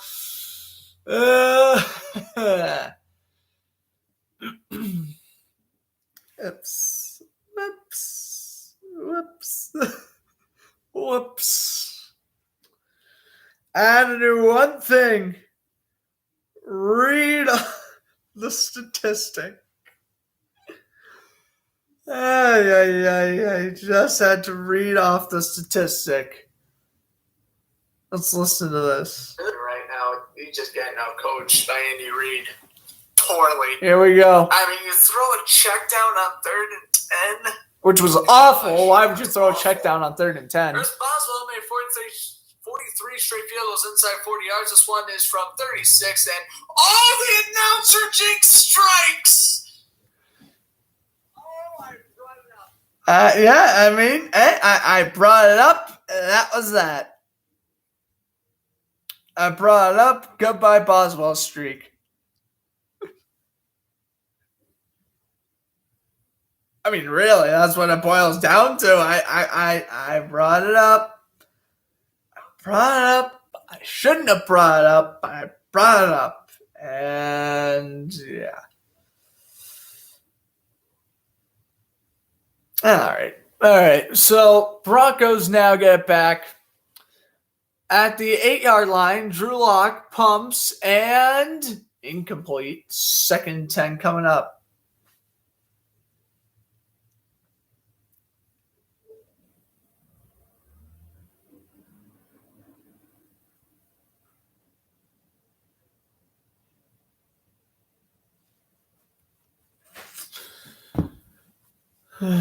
Second and 10. I started announcing checks on the Raiders. I don't know. I mean, I picked the Raiders to win, but I don't really like the Broncos, which I'm sorry, Hayden, if you're still watching. I know you're a Bronco fan, but I don't really like the Broncos, but I do like Drew Lock a lot.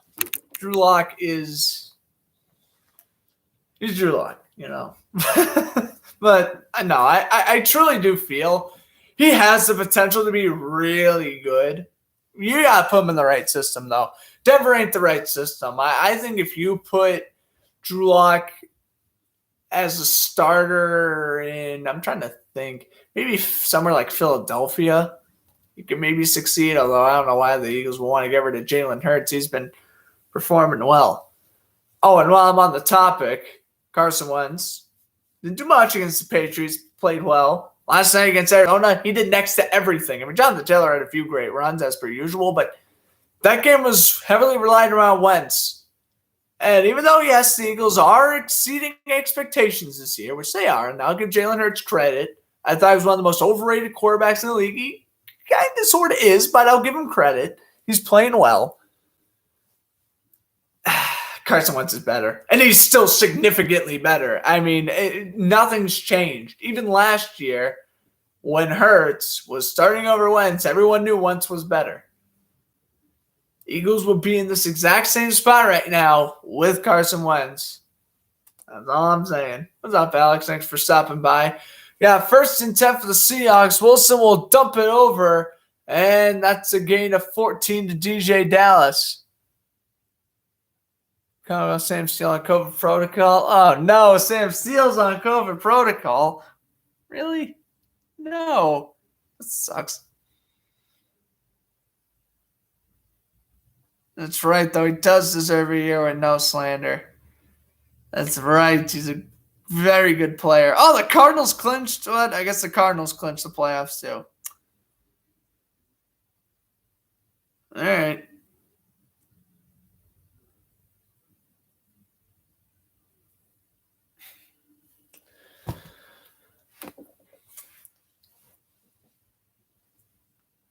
First and 10 now for the Seahawks. Ball placed is at the 24. 3 seconds ago on the play clock. They split Dallas from right to left. And Wilson will dump it over. And Dallas to 20. Oh, Finland beat Germany 3-1. Yeah, I saw Finland was winning 1-0 last I checked. Yeah, that's good. Good for Finland. I really want Finland to win the whole thing. Well, I guess behind America and Slovakia, but yeah. That'd be cool if Finland won. And that one's wide open. That is Gore to the 11. First down. And Sweden leads 1-0. Oscar Olsson with the first goal. Holtz gets the assist there. Of course, this is for the Junior Hockey Championship. America trying to defend their crown. We'll see how they do. Just like keep you guys updated on that because, well, there's probably some NBA games on right now. I haven't checked. It's red zone. I hardly even have time to check anything. Basically commentating 3 at once here. Oh, Wilson threw an interception, but he dropped it. Oh, are you kidding? Artie Burns had an interception and he dropped it. Oh, man. Well, I mean, you won the man-on-man coverage to the rookie receiver Esguerra, and Burns dropped it, and then I think he may have injured his lower body on the play. He's up and standing now. Artie Burns, former Steeler. That is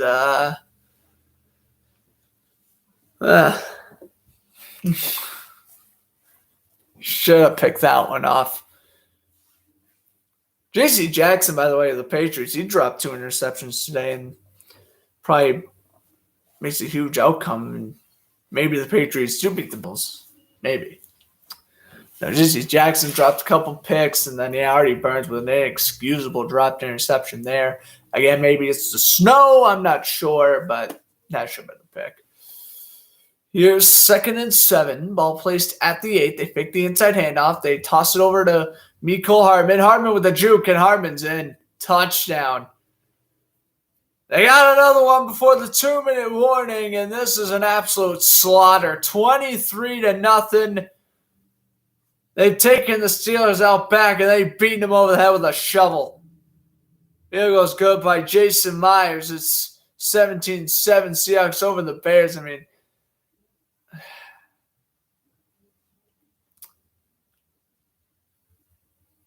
I mean, the Pittsburgh Steelers defense is a piece of lumber, and Patrick Mahomes is the tree cutter.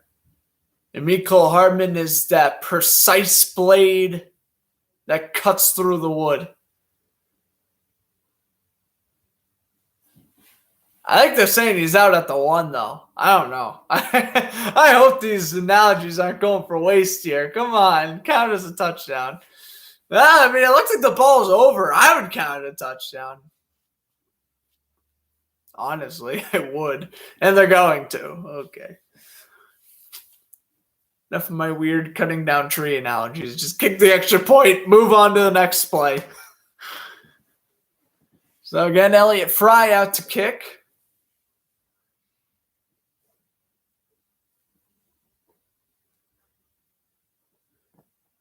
Yeah, Terrell Edmonds almost got the tackle. I feel like Hardman's over. If he's not over, he's at the 1. They got Gene Steratore explaining the play.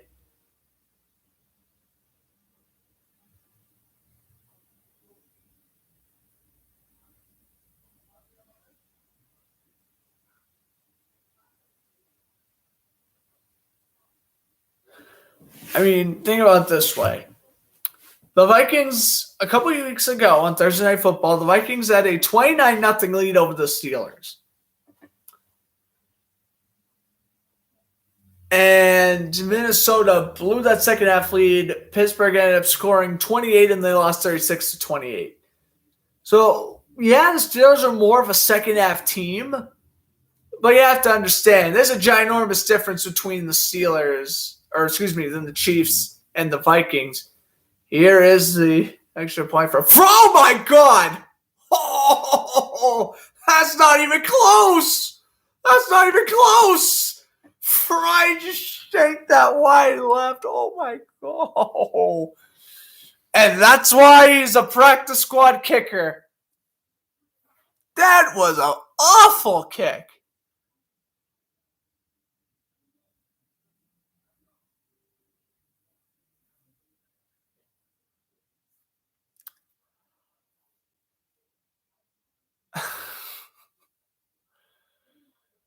Oh, jeez.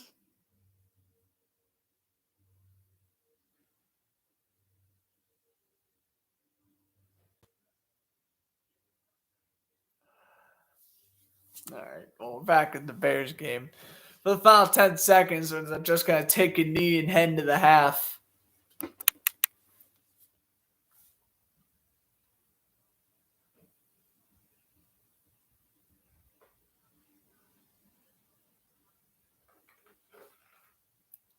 Or a little inside handed off. I mean, that's better than just taking a knee, I guess. 12 yards for Damian Williams.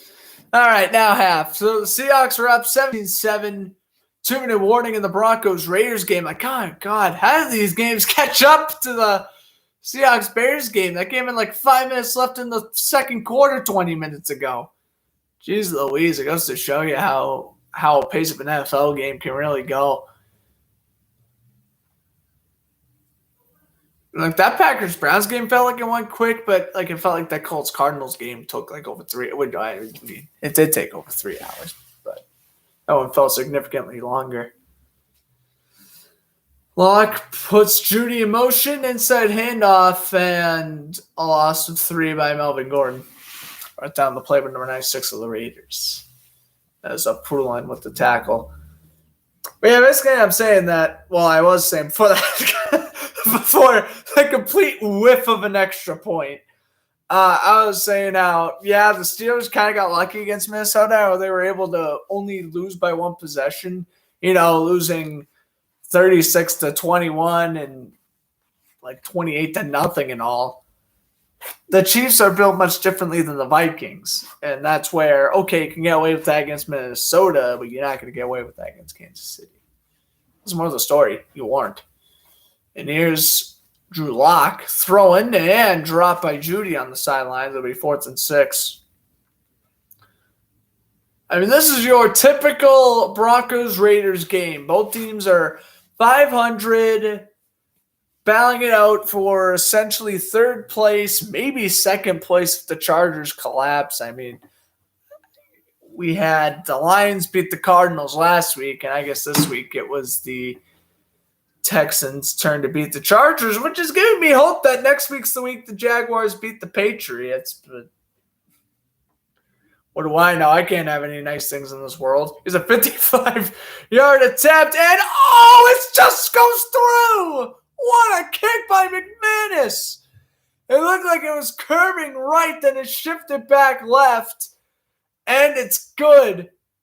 Just barely. That field goal was insane because it went way wide and then it just woof. And that's in a dome. Like, you expect that type of stuff to happen in an outdoor arena. Remember, Las Vegas building a new stadium in a dome. So Broncos ready to kick it back to the Raiders. Chiefs up 23-0. Pittsburgh is driving, I guess, kind of at the 30. Well, not really. But yeah, the Hardman touchdown stood, obviously, because we wouldn't have had that awful Elliott Fry extra point. If it wasn't, I should have marked that. I think it was around the 125 mark. I announced Jinx Boswell. I did not announce Jinx Elliott Fry, though. Yeah, he literally kicked it. It went wide and it went like 5 rows into the stands. I'm like, what was that kick? All right. So Chiefs, Steelers at 2-minute warning. Bears, Seahawks at the half. And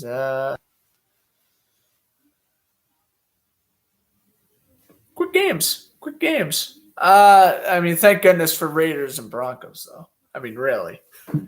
Thank goodness for Raiders and Broncos because, I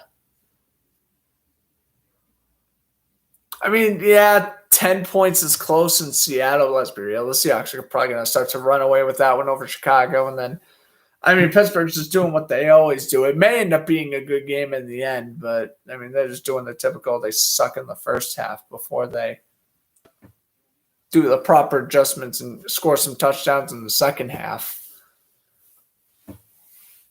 I'm trying to think, is my TV frozen or then we really just had commercial breaks? Usually they like show highlights or something. Oh no, Scott Hansen's just rambling on about the Chiefs. Okay. Does a Broncos game really go into commercial break? Come on. They made a field goal. There's 32 seconds left in the half. I mean, we'll have the 2-minute warning for a reason. What is the point? Like, really, what is the point of having a commercial break? Oh, my goodness. There is a woman in the crowd who has a split Raiders and Broncos jersey. That's actually insane. I would want that. I almost bought a Gronkowski jersey for $100. One side was the Patriots, the other side was the Buccaneers. It was for $100. I almost bought it, but I was like $100. There's other jerseys I would rather get for $60, and here we are. Which, by the way, I can confirm I did not I guess officially, but I did get a Blake Bortles Packers jersey. It's just not going to be in for another 2 more weeks. But I did get one. And I got Tony Pasali's jersey too, which is cool. All right, 3rd down and 4. Roethlisberger and shotgun. Throws caught, and Ray McLeod is brought down 2 yards shy. It's L'Jarius Sneed. So, yeah, like I mentioned, Bills now the 3rd seed, Patriots the 6th seed. They're showing the AFC playoff picture. Right now, the Steelers are in the playoffs. Again, if they're not winning this game, they're going to fall right back out. Baltimore will take that spot, and then they're going to be behind L.A. Almost said San Diego.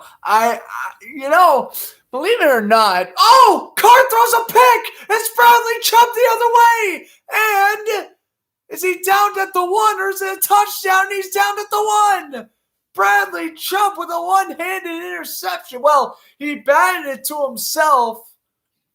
Took the pick down to the 1. Wow, Carr just tries to throw the screen. I mean, you're in front.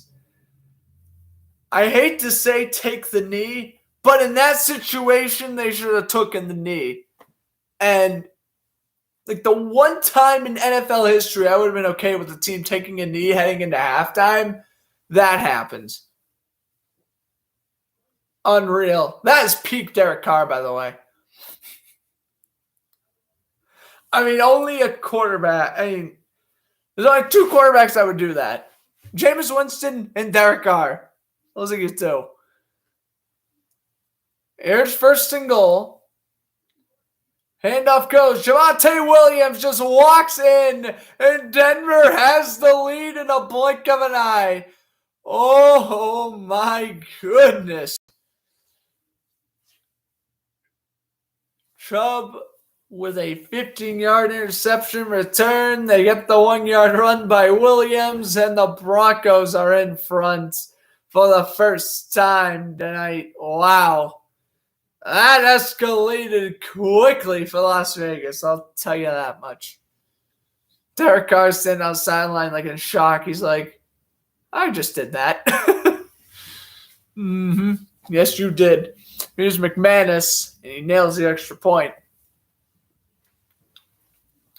I was talking about something, but I completely forgot what it was. Whatever. Probably wasn't important. Oh, yeah, I was saying how I've done a good job not calling the LA Chargers the San Diego Chargers, because I still know people who call the Chargers San Diego. People still call the Rams from St. Louis. And, okay, this one I still kind of mess up. I do call the Raiders Oakland. I ain't gonna lie to you. I get the Chargers and Rams right, but Raiders has been tough for me. I accidentally sometimes slip Oakland. That's like they've been Oakland for the past 30 years. Like, I don't know. Like, I don't really call the Rams. I had never called the Rams St. Louis, I think, since like 2016. But Chargers, I occasionally say San Diego. Right. Well, not really call them San Diego. It's just like it was ready to slip until I caught it. Like what happened before the interception by Chubb.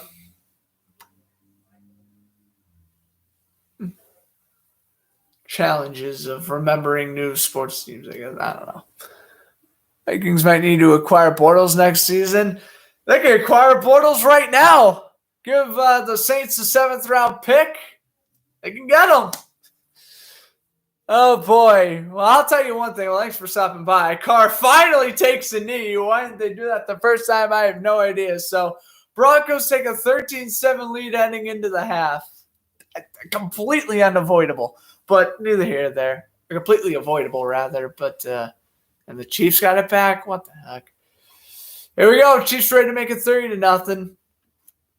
Yeah, like I was talking about a little bit ago, Bortles got signed Christmas Eve, signing with the Saints to back up Ian Book Monday night. And I'm just hoping Blake's gets to play. I mean, I don't even care if it's for I don't even care if it's like a third. I don't even care if they put in Bortles for a 3rd and 1. A direct snap goes to Bortles and he gets 2 yards and a first down. That's it. That's like his only snap of the game. Like, I would still be happy with that. Like, it has been so long since he's played in a regular season game. I'm just like, can you please play in one, even if it's for a snap? I literally wouldn't care. Here's Mahomes, who dumps it over to Hilaire, and Hilaire will pick up 4. Broncos QB next year? Well, you're looking at him, Drew Lock. He's playing well today. Well, he's playing conservative. And I'm not saying they're necessarily winning because of him, because they're not. They're winning because of their defense. But Drew Lock's playing all right. And really, you got to give Lock a full year. Like, oh, you technically gave Lock a full year in 2020. Yeah, but he kind of got injured. Like, come on. You got injured. Give me a break. This year you bring in Teddy Bridgewater? It's like, why?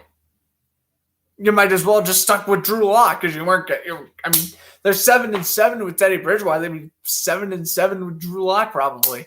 I'd say give Lock a full year. Not saying that there's not better options, as Mahomes almost threw another touchdown to Josh Gordon, incomplete, 4th and 11. Not saying that there ain't better QBs out there. Like, you could obviously get Aaron Rodgers or Russell Wilson or whatever, but, you know, there's other guys out there. I give Drew Lock a shot. Or maybe sign Aaron Rodgers to a 1-year deal and have Drew Lock develop under. I don't know, but I still believe the Broncos should develop around Drew Lock, which is a freezing cold take on my part if Drew Lock continues to be nothing, but we'll see. But anyway, we got Elliott Fry again. 39-yard attempt. He completely shanked his previous extra point, and he completely shanks his field goal. Wide left, and lands in the first row of the crowd. Elliott Fry, who made his first couple of extra points, he ain't cutting it now. That is 4 points off the board. It should be 27-0 Kansas City. You're trying to, well, I should say really put confidence in your young kicker. I mean, you just got to release him after next week when Buckner gets off the COVID list anyway. But Ay, ay, ay. I mean, you want to give the kid a shot so he can perform in front of other teams, but now Elliott Fry's just awful. He is just awful. They brought this guy in for a professional workout. Like, did they? Really? I would have Tommy Townsend be my punter, or well, he is the punter. I would have them be their kicker. Drew Lock, Daniel Carlson, the same person. Daniel Carlson's getting paid more than Drew Lock. Think about that. His Foles going to run, and he will get 7. So, third quarter's underway in Seattle. Which I guess perfect timing because Raiders Broncos at half, and Steelers Chiefs still got a little bit to go. Unfortunately, 18 whole seconds for Roethlisberger. Throws, Harris, juke, 4 yards, brought down Daniel Sorensen, and that's that. Okay, so halftime in Arrowhead. Still 23-0 against should be 27. Elliott Fry is a joke, but 23. Can't say still going to win a beatdown anyway. I really don't think it matters. Here's Montgomery. Needed 2, got 3. So now, I guess our full focus for the next roughly 10 or so minutes is going to be Bears Seahawks, I'm assuming. Oh, what the heck? Why are we switching back to the Chiefs game for? Pittsburgh really called a timeout. They're like 40 yards out of field goal range. Not really. They're 35. Might as well be 40 after Roethlisberger steps back. Let's see. There we go. 2-step drop. Throw down the middle. Caught and brought down. Steelers burned another timeout. I think Pat Freiermuth was inactive, so I don't think that was him who just made the catch. Anyway, back to Bears and Seahawks. Taylor ripped Montgomery down to the ground there, and I think we got a third down coming up. Seahawks have 3 tackles for a loss compared to the Bears only 1. Oh, now it's going to be second down 14. I mean, yeah, they still could, but I really don't have any hope in the Steelers coming back in that game. Here's Foles, basically walks into a sack. He's dumped at the 19 by Rashawn Green. All right, first and 10 for the Steelers. Last play of the first half at Arrowhead. Roethlisberger's just going to dump it over to Harris, and we're going to get to pad some stats. Top down at the 49, and halftime we go, finally. No touchdown scored in the first half of the last 5 games. That's the first time for the Steelers in 1940. Oh, and guess what the Steelers were in 1940? The Steagles. You did not mishear that sentence. Thanks to the Second World War, the Philadelphia Eagles and Pittsburgh Steelers combined as a team and were named the Steagles. Here's your history lesson for today. And so basically when the Steelers haven't scored a first half touchdown in 5 weeks, it's really longer than that. Because again, we're counting Eagles players on the Steelers. That's not really, it's not technically them. You know what I'm saying? Yeah, there you go. The Steagles were a thing in 1940. I would love to get a Steagles jersey. I want to see. Actually, do they have any Steagles t-shirts? That would be sick. I would buy one. I would buy one for a reasonable price of under $25. Here's a return out to the 50. 11:51 to go. Seahawks get the ball back up 10. Russell Wilson doing well in his first career snow game, basically.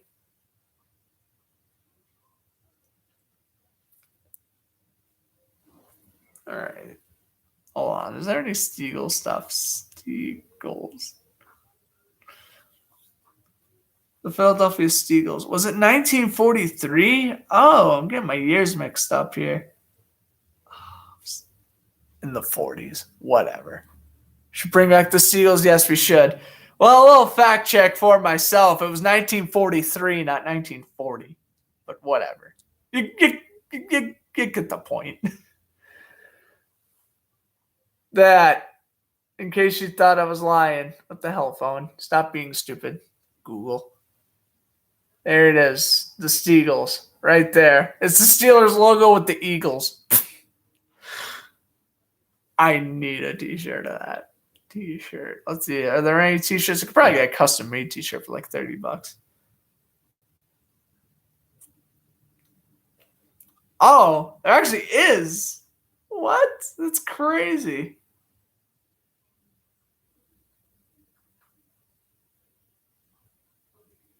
$20 too?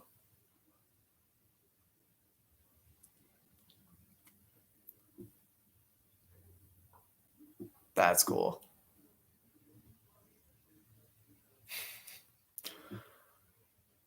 I would want a jersey, but I'm not repping no 1940s jersey. We can create the Jaguars. There we go, the Vikings. Which is basically just the Vikings. It's basically just the Vikings with the Jaguars special teams.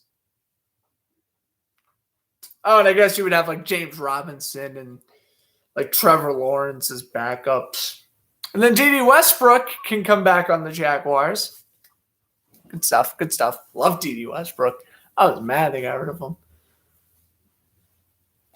By the way, team going 4-0 against the Steelers and Ravens. The Bengals this year accomplished that. There was only 4 other teams who did it. The 1988 Houston Oilers, the 1999 Jacksonville Jaguars, the 2009 Bengals, and the 2021 Bengals. Again, only 4 teams in NFL history who went 4-0 in head-to-head matchups against the Steelers and Ravens. That is a way more interesting stat line than the Steagles. Here's Wilson chucking one up for Lockett, tipped and nearly picked. That was Devon Bush, the strong safety, nearly picking that one off from Tyler Lockett, and it will be 2nd and 10 coming up. Well, Lockett just kind of beat Eddie Jackson man-on-man coverage. Bush was staying in the slot. He was staying in the slot. Was able to swat it away.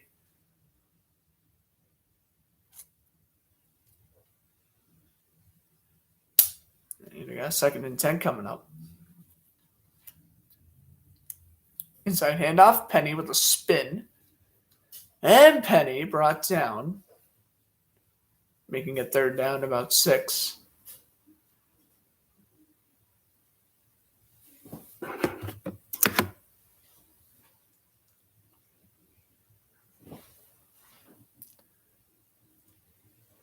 Should Jaguars targeting free agency be? Well, you got to get a receiver if you're not re-signing DJ Chark, although I think they will.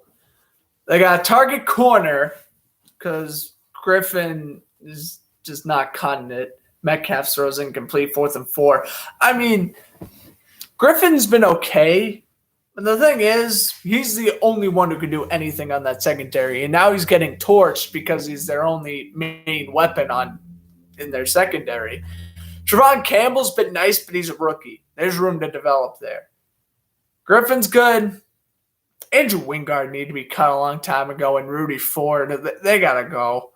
They just got to get new safeties and maybe a slot corner. Their defense can be halfway decent. I wouldn't mind another edge rusher to pair with Josh Allen. And definitely kicker, really. Honestly, now that Urban Meyer's gone, I want Josh Lambo back. I mean, what my personal opinion? Yeah. I mean, no disrespect to what's his name, Matthew Wright, but he's not a great kicker. He's not a bad kicker. He's just not good. He's better than Elliott Fry, but he's worse than Josh Lambo. And honestly, now that Urban Meyer's gone, I really do want Josh Lambo back in Duval. But you can get him on like a 3-4 year deal. Like cheap money because kickers aren't going to ask for a lot. And then, I mean, tight end's a must. Like, I don't know why. Like, I know it's kind of Urban Meyer's idea to bring Tim Tebow back, but really, they wasted a preseason getting Tim Tebow when what they should have done was trade up a lot of draft picks, but they could have selected Kyle Pitts at number 4. They could have either traded for Hayden Hurst or David Njoku, which is the path I would have went down. I would have traded for David Njoku. Or I guess you could have drafted a tight end, which they didn't really do. I was right about using coaches being too fragile. I think Urban Meyer's an idiot who should never open his mouth again. Is that a good answer for you? No, the issue was he was in college for literally his entire coaching career. He was in college and he couldn't adjust in the NFL level. I got his approach because the Jaguars were such a young team and they had, James Robinson's second year, Trayvon Campbell, Trevor Lawrence, Travis Etienne, like all those guys are coming out of college. I got what he was doing. He was trying to run a very young team, which was the right approach, but he was just messing everything up. All right, I guess Bears Seahawks is still in commercial break, but we do have Broncos and Raiders third quarter action here at the Black Hole. Second down 3 for the Raiders. Handoff goes to the right, Jacobs. First down to the 40. And also, I know this is going to sound very crazy, but not only are we about 6 weeks away from the Super Bowl, which if you really think about it, it's going to be here before you know it. Think of it this way. 2 Sundays from now, it's our last regular season week. Then the wild card, divisional round, championships, Pro Bowl, Super Bowl, it's over. But I will say Sunday broadcasts will still be on. Why? Well, because hockey, and 2, NASCAR. So stay tuned for any NASCAR broadcasts after the football season. Because, I don't know. The other day I was watching some NASCAR compilations, and I was like, I'm kind of getting excited for Daytona now, which is weird because usually I don't get excited for Daytona till Pro Bowl week. But man, this year I want to see NASCAR. I don't know why, more than usual. So yeah, that'll be fun. And here's a gain of 2 for Montgomery. Here's the throw. That was caught. No, my. Deshaun Jackson hit out of bounds hard by Ronald Darby at the 43. And yes, before you ask, there will be more NASCAR broadcasts than NBA broadcasts. That's how this channel works. Do I drive fast like NASCAR? No, but I drive fast like Henry Ruggs. No, I just I go the limit. I'm far from a reckless driver. I'm just I got my license in July, so I wouldn't say I'm a great driver, but I'm not going to get in a crash. If I just need GPS to know where I'm going. That's my thing. I just need GPS so I don't get lost. All right, at the 49, handoff goes Montgomery up the middle of the 48. And that's another first down for the Bears. I mean, come on, Nagy. I know you have Nick Foles as your QB today, but still got to perform a little bit better offensive play calling. Here's Josh Jacobs with the run and a fumble. Jacobs fumbled, and Denver's going to recover at the 14. However, I believe the play was down. Ball came out. I think that will be down. But I would love to see a replay of it, though. Here's another handoff, Montgomery. It's just listen, I know you got Nick Foles, but Montgomery, 1 yard gain. Montgomery, 1 yard gain. Montgomery, 6 yard gain. 4th and 2, punt. That is the Bears offense. Just run with Montgomery and do the most boring throws with Nick. Nick Foles has only thrown for like over 20 yards once. I think half his throws have been checkdowns. A few shots in a six-pack before driving to make it more interesting. Yeah. No, I mean, this is just typical Matt Nagy play calling. Foles will dump it over Montgomery and to the 34. Oh, you're saying I gotta. Yeah, funny. Hysterical. I will purposely drive 156 miles an hour. And yeah. Now, YouTube better not take me down for that. I'm obviously kidding. Jesus. I won't get my channel demonetized for saying a joke in 2021. No. Come on.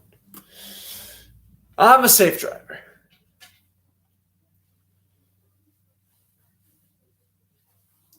Well, car is a 2004 Volvo. Yeah. It's a junk box, but it'll do. Here's Montgomery with a gain of 9. Back over to Jacobs, and he will go down to the 8.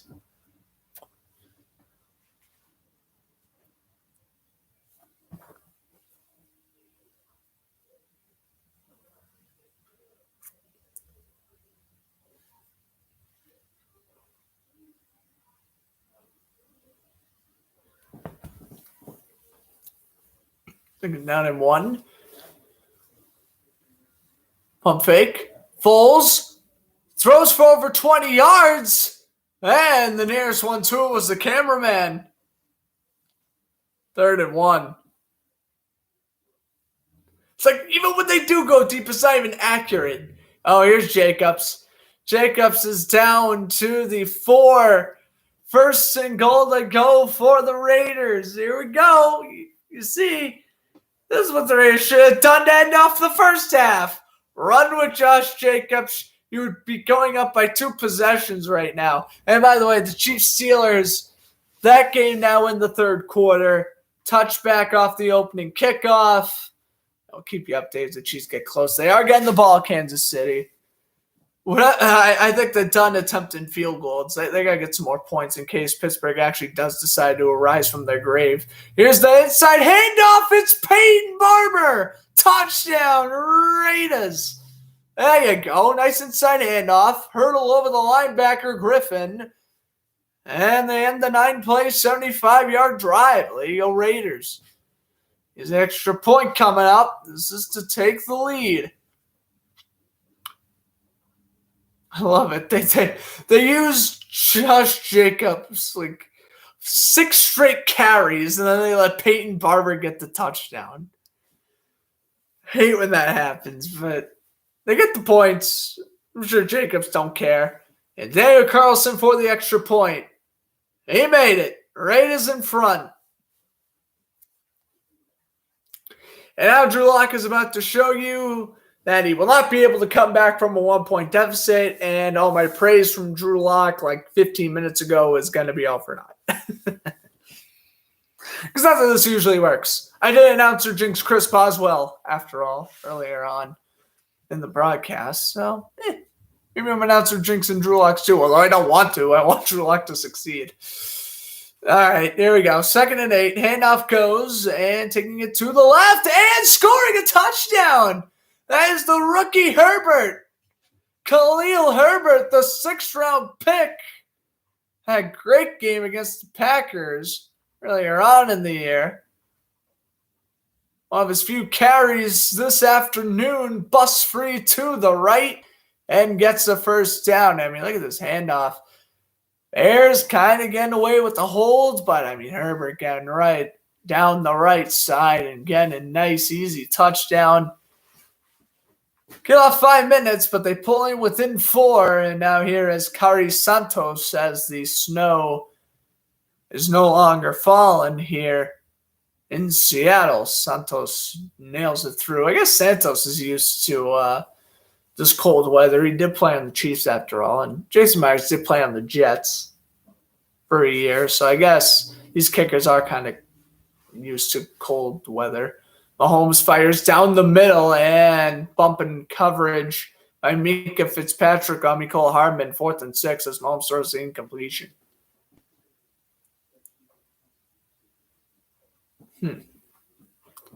I mean, this is nearly intercepted by Fitzpatrick.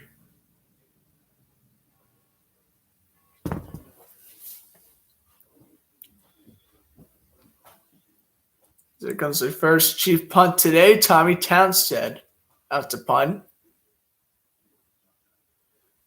And he does not get a great punt off. It lands out bounce at the 29. I mean, that was better than what it originally looked.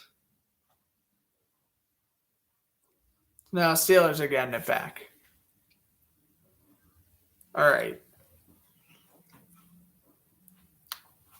Raiders in the lead. Raiders just coming out of commercial break now. See, that's what stinks about only having 3 games. Like the 1 o'clock window, the only time you'll really not see any gameplays during halftime, but when a bunch of games are in halftime. But really, sometimes boring the 4 o'clock window can be. I mean, these games have been pretty good. It's just, Raiders Broncos has been, I would say, above average for its standards. Bears and Seahawks has been okay. And Chiefs Steelers isn't the most entertaining game in the world, but at least it's the Chiefs offense. So at least you're going to get some good plays out of them. I don't know.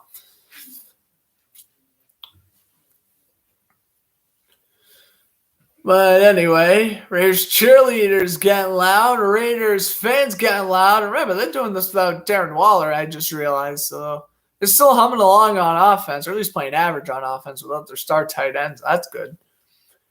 They fake it to Gordon. Drew Lock going to throw and get 15 to Noah Fant. First down, Denver to the 45.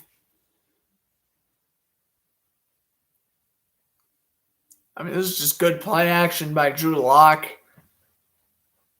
Able to work Fant up the right-hand side and nice completion.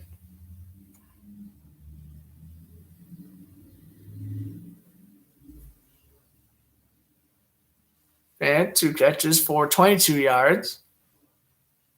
Lock is 10 for 14 for 107.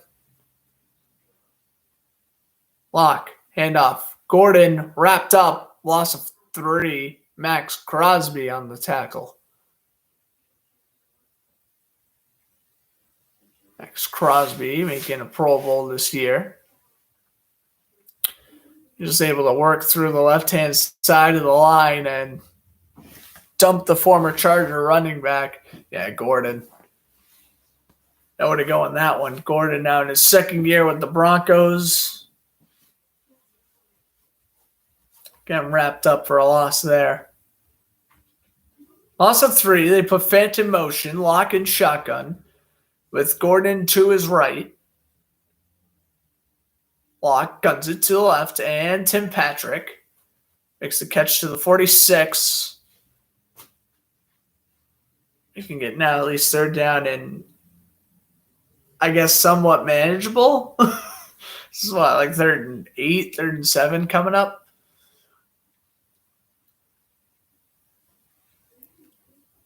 About defense's lowest blitz percentage, the Raiders lowest this season with 13.2%. Eagles in 2nd with 15.7%. Texans, Colts, and 49ers round out the top 5. 49ers, wow. I was not expecting the 49ers to be on there. They're down to 9. Falak, Crosby in his face. It bounces off the hands of Fant and nearly picked by Perriman. Oh, Denzel Perryman thought he was going to pick it off after it bounced off the hands of Noah Fant. And quickly take a look at the Seahawks-Bears game. And Santos, the Bears kicker, got run over by Muse. Tanner Muse just leveled the Bears kicker. You see Saros falling hard into the snow, and he's getting help off the sidelines. So that could be a huge factor later on. Will the Bears have to go for 2 the rest of the way? We saw the situation last week with Zane Gonzalez getting injured. We'll see what happens here. Oh my goodness, it was a catch fumble and Kansas City has it. Oh my, Deontay Johnson had it and he fumbled. And now to the live chief possession. Williams to the 44. And speaking of that, Zane Gonzalez injury. Let me go check who is the Panthers kicker today. I'm curious.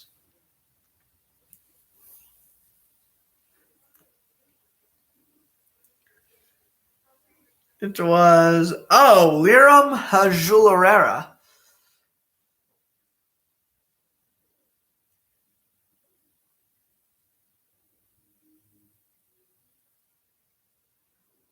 Okay. Yeah, he was a former CFL kicker in Toronto. All right. That's cool. Anyway, Wilson will throw. Oh, touchdown, Gerald Everett. So Seahawks cashed in off the short work, and Gerald Everett's got the touchdown. There you go, Seahawks. Yeah, Seahawks going to take care of the Bears here. I don't think the Seahawks are going to make the playoffs. I mean, obviously, they're going to have to win out and have a bunch of tiebreakers to even have a shot at making the playoffs. But really, how much do the Seahawks missing the playoffs have on missing Russell Wilson? They probably maybe win the Rams game where Wilson got hurt, but they at least put up more of a fight. They win the Jaguars game still. They won that game with Geno Smith. I think they win the Steeler game. I'm trying to think of what other games they were playing with. Oh, then the Saints. I think they beat the Saints. The Saints only scored 13 points in that one. The Seahawks are probably 500, which, believe me, in the NFC, that's going to get you a playoff spot. So here's Hardman. Catch a run to the right. Got a 12, another first down for Kansas City. So Joe Burrow threw 5 touchdowns today. I believe Mahomes has already thrown 2. So I guess Mahomes trying to just catch up to Burrow at this point. And we'll have a nice little contest for AFC Player of the Week. Unless something astonishing happens in the Dolphins game on Monday. Or Drew Lock pops off for 400 fourth quarter yards. I don't know. We'll see. Is lower the shoulder run by Williams, and he gets 7. Yeah, Chiefs just playing shoe clock mode. I mean, really, Kansas City's either play tight game or blowout. And now it's time to figure out the rhythm. They blew out the Raiders. They're blowing out the Steelers. But then they've also played tight games. Well, I mean, when they played that tight game against Dallas and the first tight game against the Raiders, that was kind of expected. Well, the first Raiders game wasn't really that tight. They beat the Broncos pretty handily. I know they played the tight game against the Packers, and then obviously I know they lost a few games to begin the year. As Zay Jones makes the catch. First down by Patrick Surtain, the second, His father may be in the Hall of Fame sometime soon. He was up for a Hall of Fame nomination this year. Didn't think he made the semifinals, which will be announced Thursday. I'm actually thinking I'll do a live reaction for that on Thursday. Because if Tony Baselli makes the Hall of Fame, oh my goodness, will I be the happiest man in America. I will literally be the happiest man in America. I'll be happier than Tony Baselli himself if he gets into the Hall of Fame. So we'll see what happens there. This one's caught. Pringle breaking off tackles, and he's in. Just a little. He's Pac-Man. Avoid the tacklers. Going whoop, whoop, whoop, whoop. We call Dante Hall the human joystick. That's 3 touchdowns for Mahomes now. Second to Pringle.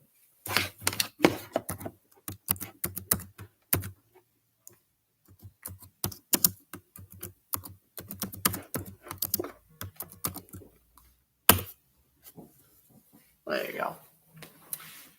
7 plays, 51 yards. Extra point. Nailed it. Hey, he did nail it. There you go, Elliott Fry. I forgot that Fry for a second. I was just like, oh, he's gonna make it. It's Buckner, but I'm like, oh wait, it's Fry. Yeah, he made it anyway. All right, he's redeeming himself. He's got to make like a 50-yard field goal though, because it's not like he missed. It's not that he missed the kicks. It was how badly he missed the kicks. And what was an extra point? And that was his worst kick. So yeah, I mean, I don't know. Here's Deshaun Jackson making a nice catch, getting about 15 yards. First down.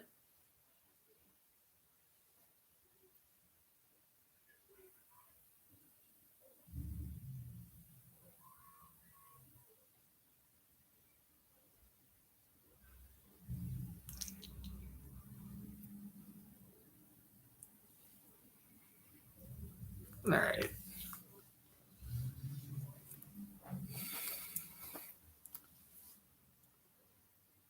Oh, I just realized Steelers lose to Pitts. So if the Steelers don't come back, which I don't think they will, and the Raiders win, I just realized the Raiders have a tiebreaker over the Steelers, and the Steelers have a tiebreaker over the Broncos, and the Browns have the tiebreaker over the Steelers. Okay. AFC playoff picture is looking really weird. Tiebreaker on tiebreaker on tiebreaker. That's how a lot of these teams are going to make it in this year's tiebreakers. I swear, if the Chargers don't make the playoffs, that'd be nuts. If the Chargers miss out, that would be insane. I don't think they will, but they might. All right. First and 10, 2 minutes left into the third quarter. Foles will throw down the middle for David Montgomery. I mean, I have not called Jimmy Graham's name once. I mean, I call like Montgomery and like Darryl Mooney 3 times. Whenever I'm on a Bears game, it's Foles handoff Montgomery, or Foles check down to Montgomery, or Foles throws down the middle Montgomery. Like, it's Montgomery. Oh, and I've said Marquise Goodwin's name once. Good. Here's all the recognition because, again, they're just relying on David Montgomery too much. Like, here's another run. Montgomery got 3 yards, but they're overutilizing them, I feel. I know Tyree Cohen's out, but you got other running backs.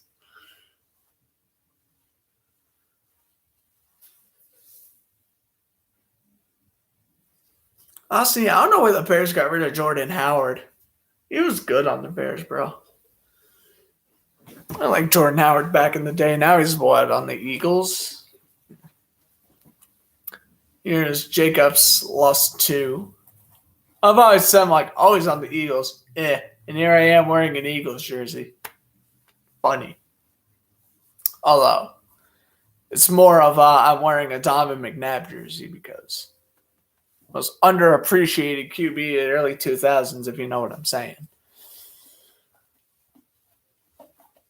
He will one day be in the Hall of Fame. No doubt in my mind, Donovan McNabb's making the Hall of Fame. No doubt.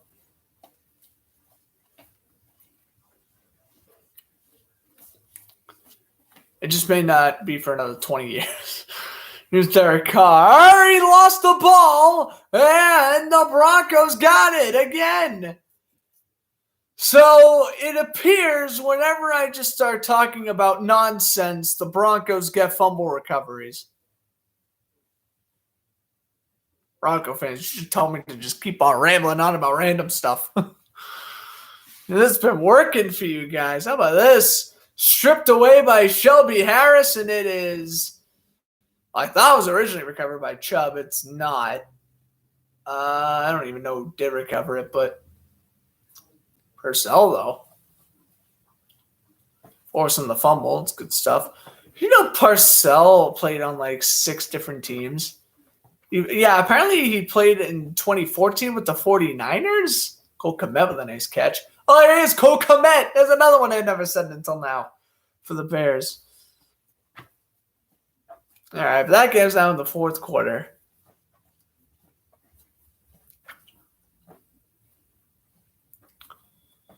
goodness. They saw Ben Roethlisberger in the game. I put in Dwayne Haskins.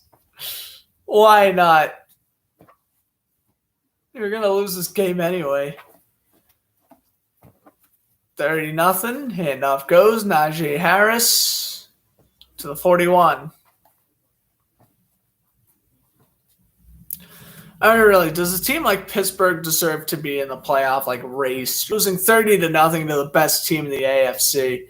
If you even need to make the Super Bowl, you're going to have to go through Arrowhead. And you're not going to. No, it's just not going to happen. It's just not going to happen. This is proof of it. Harris with a nice hurdle, and he gets 6. And for Harris, that will be the highlight of the day for the Steelers. A 6-yard run that only occurred because of a hurdle. That was a nice one, though. Was it really? That was a smooth, nice hurdle. That'll be on TikTok tomorrow. All over my Instagram feed. Then I'll be that lazy person in the comments who just writes scoreboard and completely disregards how good the play was. Yeah, I do that sometimes. A game like this, I can see me doing that. Here is Claypool with the catch. Claypool has not celebrated once after a completion, though. I will give him credit. Tomlin must have slandered him after that Minnesota game.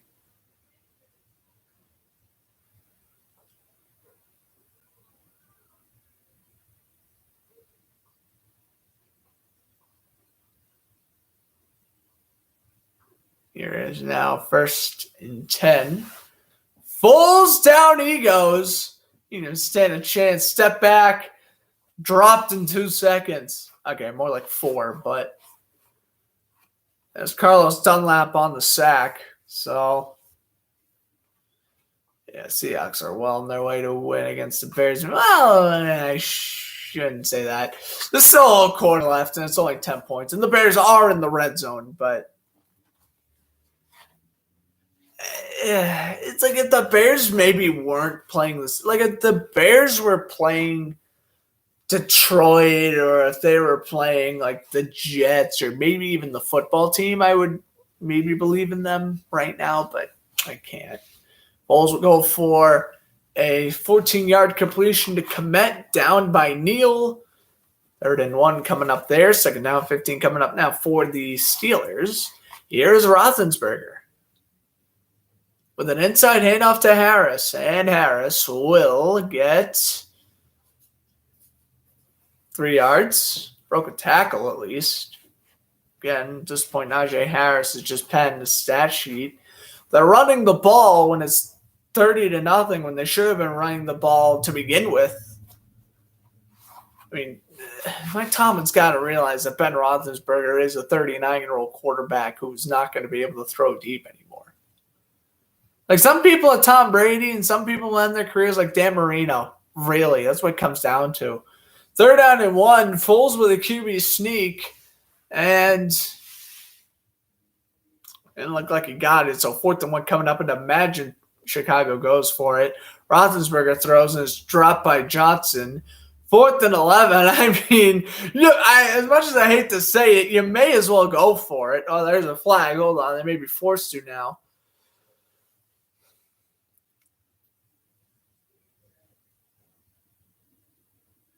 Now it's against Kansas City. Chris Jones for offsides. Replay the 3rd down. Here's a 4th and 1. Falls off the QB sneak. Oh, that's close. I think he got it, though. But that is very close. Oh, and a fan threw a snowball onto the field. That's great. And luckily hit the official.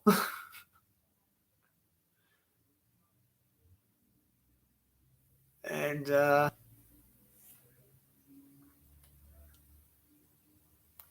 is good. QB sneak by Foles.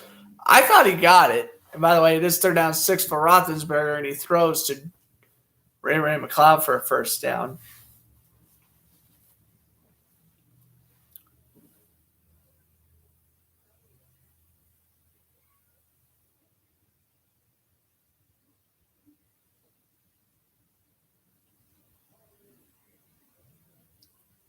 All right. Oh, we got a challenge flag. Official signal, first single Bears, but Pete Carroll threw the challenge saying, hey, I want to relook at this.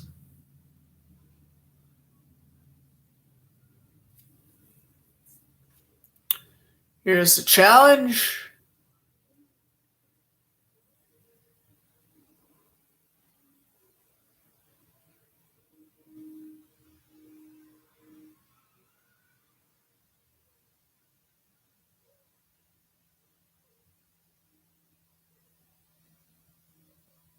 Called pouncing on James Washington for Pittsburgh. Oh, my goodness. This is already under 5 minutes left in this game. Here we go, 55-yard attempt for Denver to take the lead. McManus, good snap, good. Oh, my, that was worse than the fly kick. That was worse than the Elliott Fry kick. This is in a dome with a veteran kicker. Come on, McManus. Broncos almost in the lead. Well, almost in the lead, yeah, but he shanked it left, so forget that. Raiders getting the ball around the 45. Third quarter come to a close. Yeah, I mean, if the Chiefs-Steelers game stays as a blowout, I'm probably just going to wrap it up whenever the Broncos-Raiders game ends. I mean, that's really the only game that interests me now. Steelers-Chiefs was interesting for a little bit, but, I mean, this is a beatdown. And then I guess Bears and Seahawks is okay just because it's 2 possessions. So, it's between 2 bad teams, but the snow makes the conditions kind of interesting to watch, and I guess the fact that Nick Foles is playing kind of makes it interesting too. Probably not. I would rather Justin Fields. I would love to see Russell Wilson versus Justin Fields. Here's Roethlisberger nearly riddled in by Claypool. Dropped it with the one hand, though, at the 9, 3rd and 4. Claypool dropped the pass at the 9. Man, imagine we're going to be seeing some Chad Henne in this fourth quarter for Kansas City, maybe even our third string. Who even is the third string for the Chiefs? That's a very good question. I don't know. They have Henne and probably some dude on the practice squad. Who is the Chiefs? Well, maybe I do have a Chiefs roster somewhere around here. 3rd down and 4. Roethlisberger's got to throw. That one's incomplete for Harris. I think I do, but I'm very curious to figure out who the Chiefs' practice squad QB is.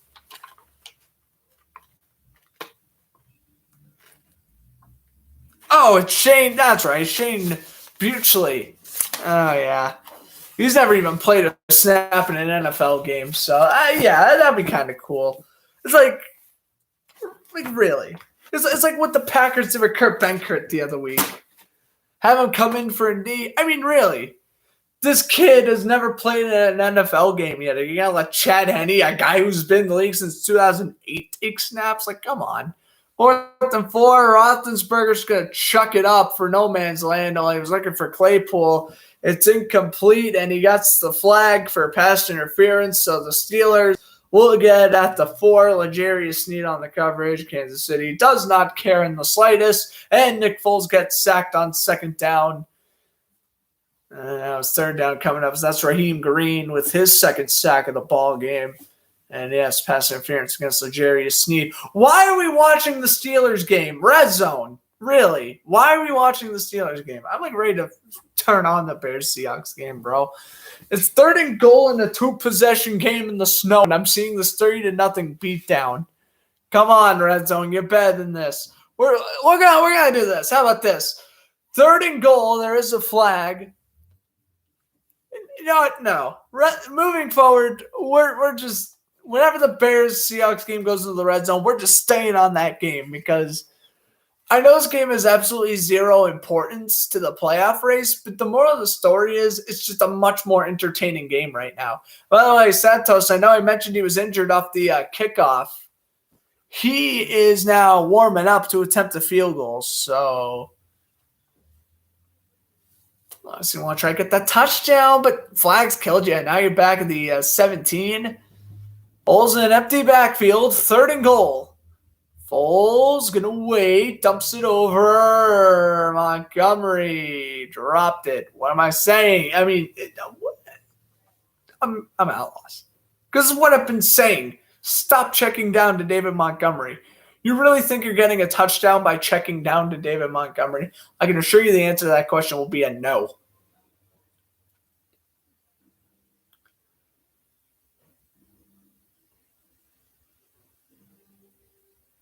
That's ridiculous. There's a 35-yard attempt. Santos? This will really show if the injury's going to play a factor. Good snap, good hold, and he makes it. Not a lot of power, but he makes it. So it's 24-17. So Bears get the field goal. Oh, now they put the Seahawks-Bears game. All right, 3rd and 10 for the Steelers. Roethlisberger takes a snap. Roethlisberger chucking one up. Wanting Harris. Tyrann Mathieu was there. 4th and 10.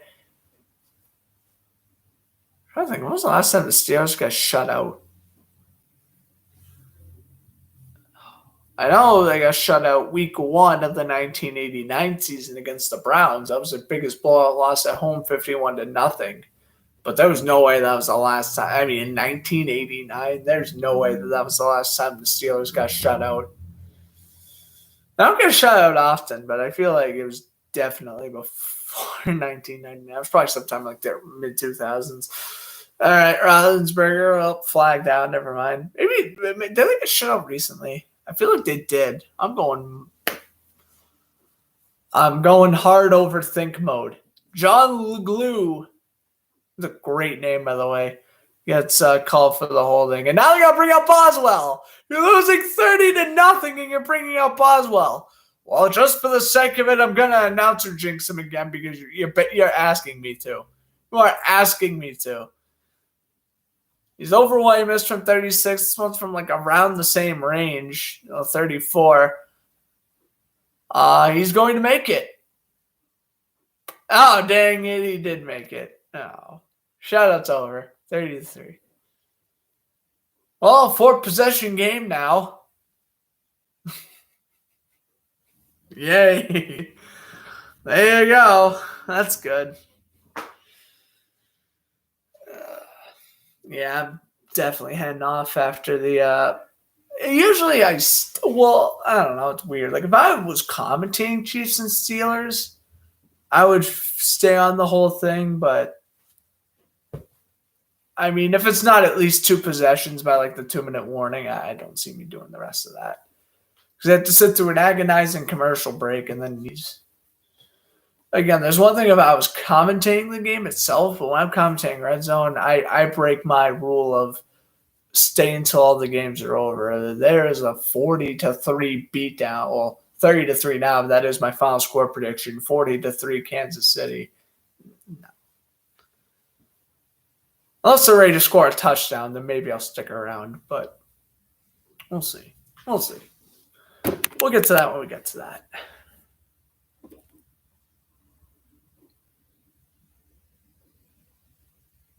Picks it. Carr dumps it over. Moreau with the catch. Wide out of the hands by Kareem Jackson, but that was after he was down. 2nd down, about 7.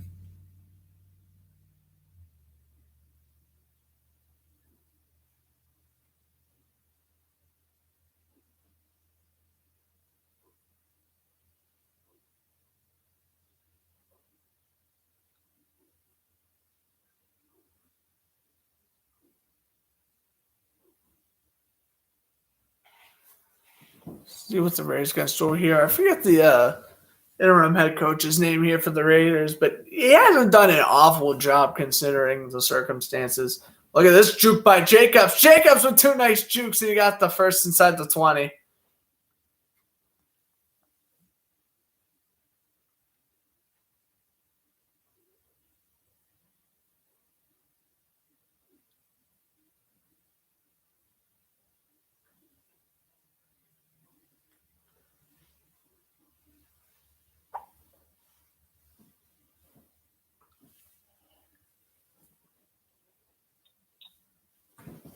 First and 10, now under 10 minutes to go in regulation. Ball placed at the 20. Merle put in motion. Here is Carr, ready to take the snap and shotgun. Enough goes up the middle again. This is Barber, who scored the previous touchdown against 14.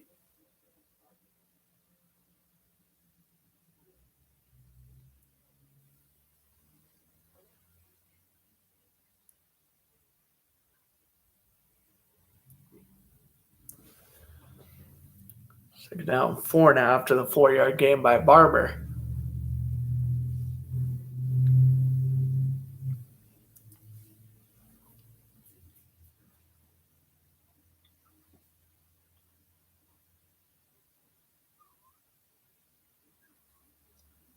And off. Barber. Nothing. Makes it 3rd down, 4.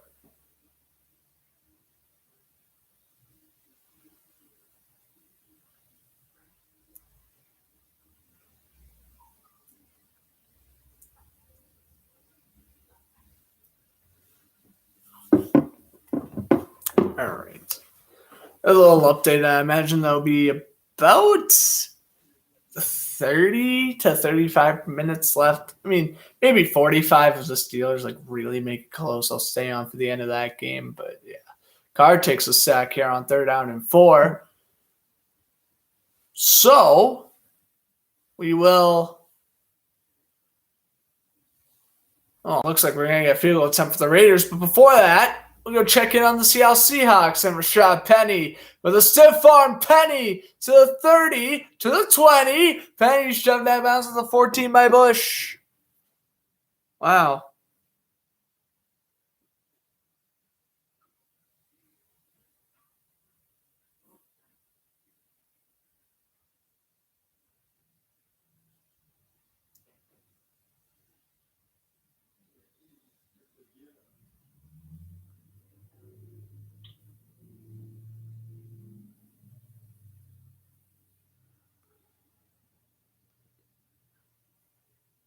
All right, 2nd down and 7 coming up. Handoff goes. DJ Dallas will get a few.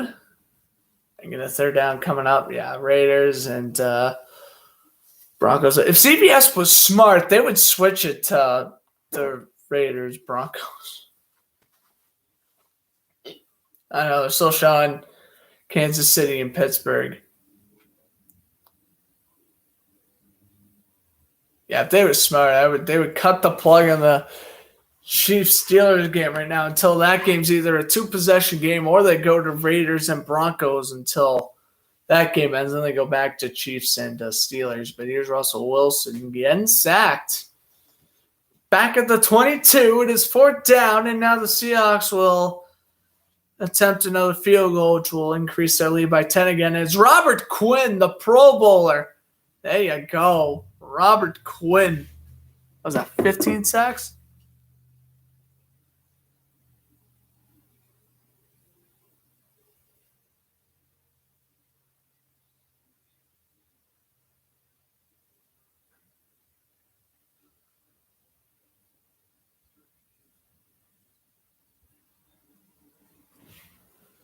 On your attempt. Jason Myers missed it. Well, that's why it's a close game. Missed it left. Oh, the Seahawks. Even when they're bad, they do the whole typical, let's give our fans a heart attack type of thing. Here's the 3rd down, and it's going to be the last play of the 3rd quarter. Fullback dive, and 1st down. Williams to the 39. Kansas City's about to go up 37-3, probably, I'm assuming. Really, I mean, they should be up 34-3 if you count the extra point and field goal that was missed. All right, so I guess technically we're in the witching hour, I guess, kind of, not really. I mean, Bears Seahawks is good and Broncos Raiders is good, but the only game that means anything here is Raiders Broncos, and even then, that really doesn't mean a whole lot. Like the Raiders and Broncos, even if they win tonight, they have a lot of catching up to do in the playoff picture. Zach Wilson wins the Red Zone Rookie Performance of the Day. Yeah, of course he did. He played the Jaguars. Go figure. Ridiculous.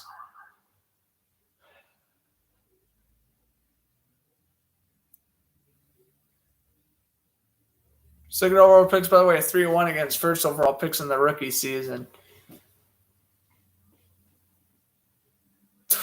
The only first overall pick to beat the second overall pick in the rookie season. Peyton Manning beat Ryan Leaf in Week 5 in 1998.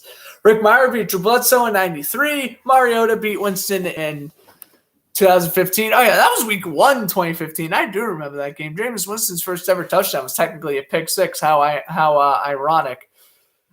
And then, I guess today is Zach Wilson.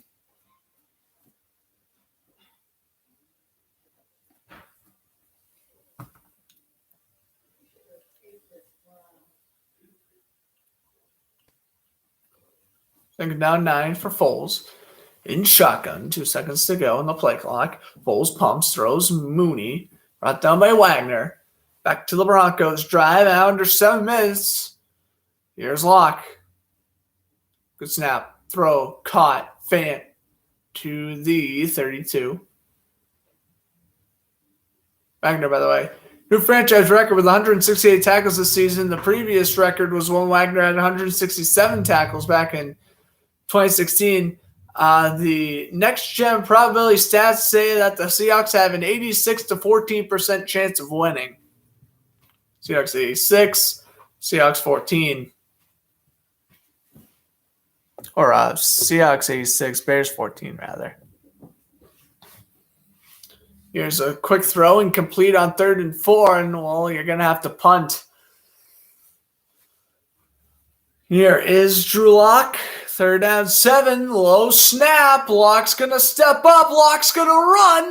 Drew Lock is a yard short.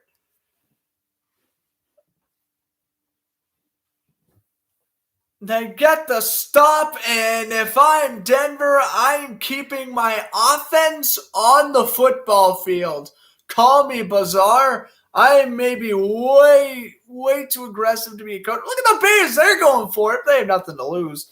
4th and 4, 5:09 to go. Foles in shotgun. They do take the snap. Foles pumps twice. Foles gonna run. He'll throw on the run, and it's incomplete for Williams on the coverage. Was Neal, and that is an incompletion. And now the Seahawks can basically put the game away with a field goal.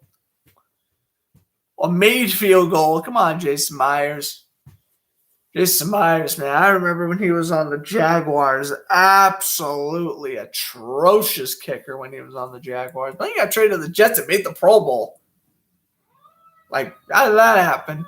Then, I don't know, he's been the Seahawks kicker for the past couple of years, and he's decent-ish at times. All right, 4th and 2. I would go for it if I'm Denver. There's 5.5 minutes left. You got nothing to lose. Your season's on the line. Haven't converted a 4th down yet tonight. They haven't even attempted one. Raiders are 1 for 1 on 4th downs. Lock in an empty backfield. Low snap. Lock under pressure. Fires down the middle, and they got into midfield. That is Cortland Sutton. Wide open for 15.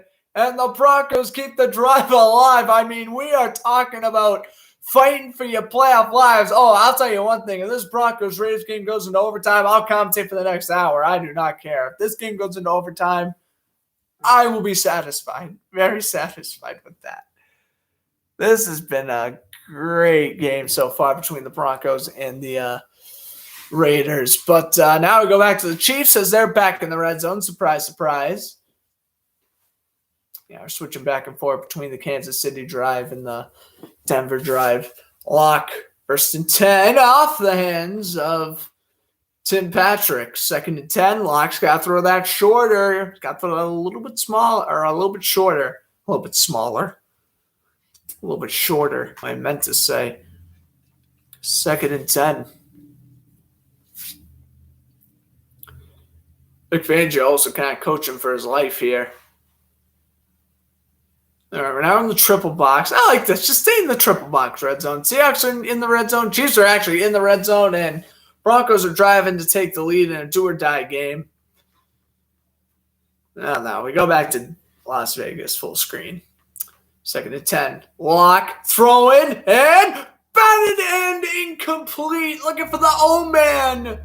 Lock tried to throw it on the money, but it's incomplete.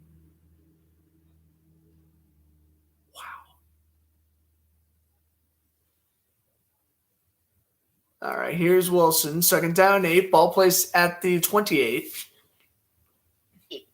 Penny. Flags fly.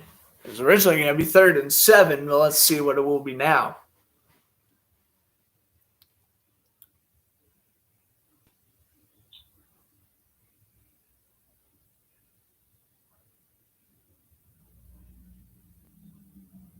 Lock.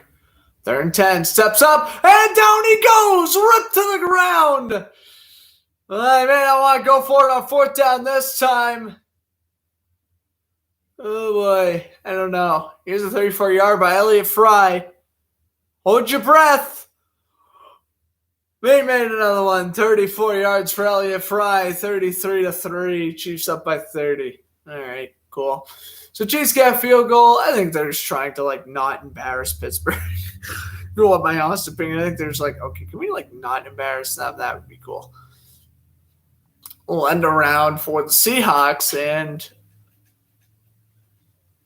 we a loss of 2 as Tyson Graham Jr. gets the tackle. He had his NFL debut last week against Minnesota and got 7 tackles and a couple of pass deflections.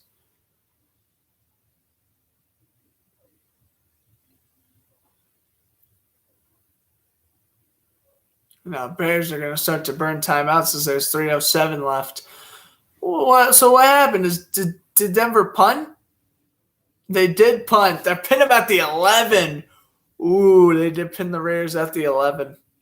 All right, as this broadcast can be very quickly coming to a close, Raiders need 4 or 5 first downs, and they'll be in victory formation. And then the Seahawks basically just need to kick the field goal, stop the Bears one more time, and then they're in victory formation. And by that point, the Chiefs will probably have about 5 or 4 minutes left, which, again, if the score is staying 33-3, I don't think I'm staying on for that. So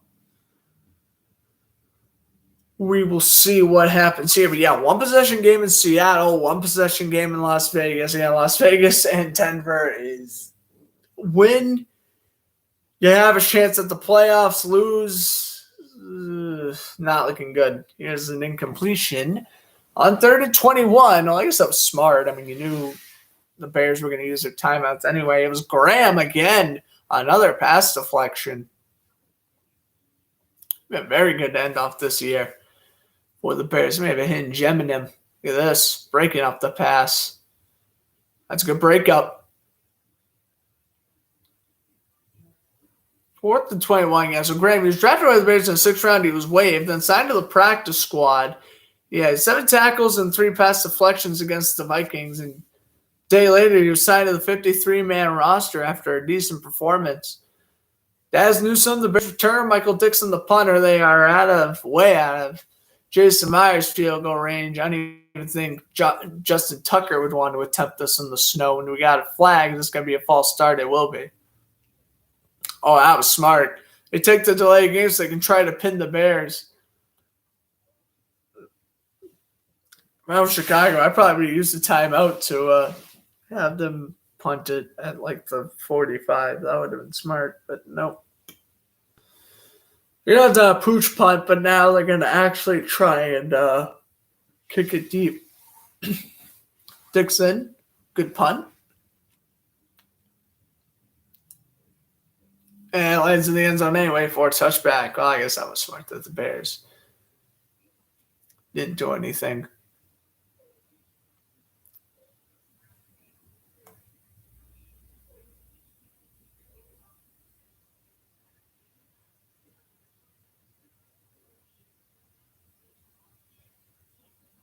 All right. Jesus, the Chiefs have 25 first downs to the Steelers 10. Roethlisberger lost the football. It's a strip sack for Kansas City, and they got it at the 5. Oh, my goodness. Can we, in the words of Jim Ross, stop the damn match? We may have to. This is an absolute slaughter. This is a slaughter. Who got that? Number 90 got the recovery. I don't even know who that is. Down by BJ Finley, the center. Who, number 90. Oh, Jerron Reed. I knew that. Jerron Reed, former Seahawk. All right, so Chiefs getting another whack guy. Hey, maybe the Chiefs will win 40-3. That was my prediction. Looks like that may happen. Come on, put in Chad Henne now. There's no need to pat Mahomes' stats. He's literally Patrick Mahomes, and unless he throws like 20 touchdowns and no picks in these last 2 weeks, he's not winning MVP. Bro, I swear, Patrick Mahomes wins the MVP. I may be done watching football for a bit. That would irate me. If it isn't Jonathan Taylor, Aaron Rodgers, or Tom Brady, I think I'm just gonna be mad. Kyler Murray, don't deserve it. Matthew Stafford, I mean, okay, but really. Matthew Stafford, no. Like, no disrespect to Matthew Stafford. He is having the best year of his career, I guess, other than 2011, which is good. Good for him, but no, not MVP level good. If it ain't Jonathan Taylor, Aaron Rodgers, or Tom Brady, I'm just going to be mad. It's Montgomery. Montgomery gets 11, shrugging off tackles. Bears are trying to the Bears are probably going to go for 2. I would imagine. I do not see the Bears trying to play for overtime. They're 4-10 record. They're in the snow. I just don't see how Chicago would want to play for a tie. They're going to definitely want to go for 2 if they get a touchdown, which they may soon. Montgomery, another 14-yard gain. They're trying to push the pile, but they'll give them 14, and we've hit the 2-minute warning in Seattle. So, yeah, I definitely think if the Bears go in the end zone, they're going for 2, trying to end it. Well, we'll see what happens, though. It's time for our refresh. So, heading into the day, it was just the Packers and the Cowboys in the playoffs. Refresh. I'm holding on to the snap for a long time. There we go. Let's see. Packers in first, Rams in 2, Bucks in 3, and Cowboys in 4. The Cardinals clinch the playoffs right now, but man, they were the 1 seed, now they're the 5th seed. 49ers, Eagles, the 2 wildcard spots. Saints in the hunt at 7-7. Again, they play the Dolphins tomorrow. Vikings and Falcons at 7-8. They still have a chance. Washington, they got to basically win out, but they got a chance. Seahawks, I mean, no. If they lose tonight, the Bears, it's over. I think even if they win, it's over. So Seahawks are basically out of the hunt there in the NFC. All right, Chad Henne does come into the game. And I'm surprised by that. Of course, the savior in the Chiefs AFC Championship game against Cleveland last year, or on the divisional round, rather. 2nd and 4. They fake it. He fumbled. Oh, jeez. Henne botched a routine handoff.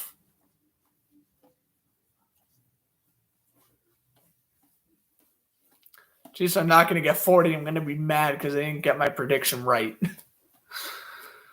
Bill Belichick would bench Henne for that. Like, if that was Bill Belichick, like, Andy Reid's fine. But, like, if that was Bill Belichick, he'd be getting pulled. I remember he did that once with Jared Stidham. He threw an interception. The Patriots, like, beating the Jets, like, 30-10, and he threw an interception, and he put Brady back in for the rest of the game. Like, crazy. Handoff on 3rd and goal. Williams gets a yard. So, yeah. Chad Henne's just like, whatever. I'll just tack on another game to my Pro Football Reference page.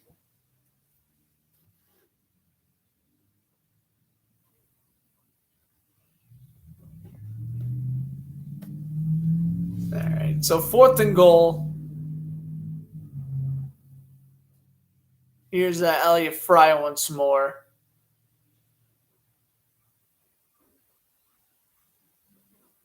"30-yard field goal here.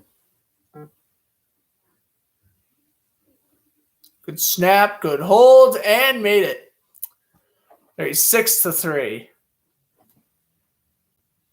What's going on in the 9:41 because they're going into commercial break? Okay, well, back from the Bears Seahawks.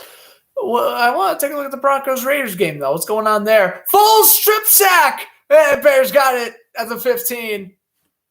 Foles got stripped. And Carlos Dunlap's there. He could be in the race for NFC Player of the Week. Maybe. I gotta do something here. Hopefully this doesn't mess up my broadcast. I'm saying I don't know what's going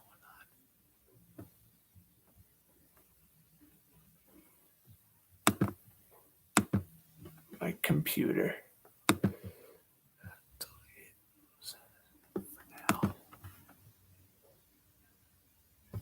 Okay. So now 13. Here's an end zone shot and out of bounds for Cole Kmet. 3rd and 14. And look at Blitz, the mascot for the Seahawks. He's getting all lamped up. He's saying, "Get out of here, Cole Kmet." We ain't got nothing against the now obsolete Legion of Boom. Oh, he ran into the mascot by accident. There you go, Blitz. I think that's his name. That's funny. There's red zone defense, 48.6%. That's 29th in the NFL. Oh my gosh, that is atrocious. 3rd and 14. Foles pumps. End zone. Complete. Touchdown, Jimmy Graham. Against his former team. And I am seeing quite a bit of snowballs fall from the stands. That's not good. That is the former Seahawk who has scored. And now, I'd imagine they're going to go for 2.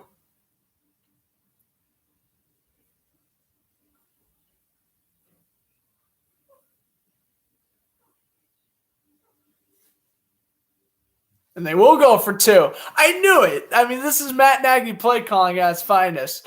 Here's the 2. Foles rolls out to the right. He's going to throw in the back. And Bird's got it in the back. That's unreal. Damian Bird. In the back of the end zone. Off the rollout by Foles. It's good. And with 1:01 to go, the Bears take a 25-24 lead. Like I said, there was no way the Bears were playing for a tie. You're 4-10. You're on the road. You're playing in snow. You want to get the heck out of Dodge. Bird got both feet down, loses possession, but that's when he's well out of bounds. He got it for sure. Damian Bird, who's even being held by his face mask, will get the 2. The former Patriot coming to play.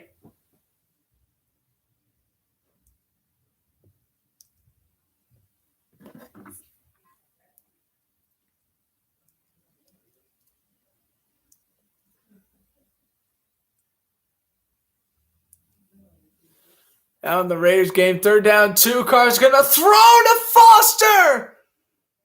Moreau, oh man, that's not good for the Broncos. They gave up a 1st down. Oh, that's final. That is final. The Raiders have beaten the Broncos 17-13. No way. So here we go. Seahawks, Bears, and I'm out of here.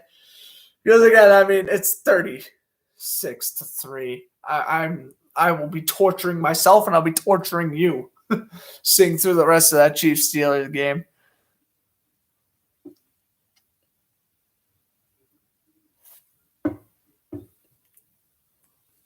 All right. Last time The Bears were trailing. The last time Seahawks were trailing to the Bears, it was Week 13, 2012. Rookie Russell Wilson got the job done. They beat the Bears in OT. That was 2012. So weird to think Russell Wilson's already been in the league for 9 years. I think 2012 was 9 years ago. Like, where did the time go? Oh, my goodness. 53 seconds. They got to get to, I'd say, about the 35 to get into field goal range. They're going to dump it over to DJ Dallas, and he will get 3. Seattle could do the really smart thing and try to blow this game and officially be eliminated from playoff contention and officially get a higher draft pick over the Bears. I'm not saying they should. I'm saying that's an option. Wilson, he's going to run. Oh, Wilson with a stiff arm. Wow.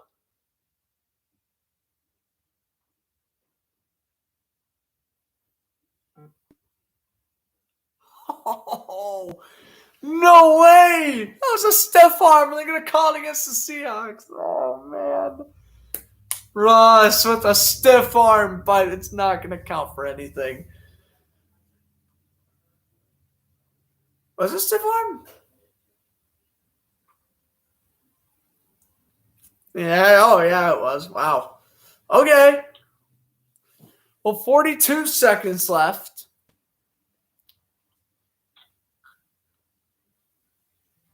Timeout Chicago.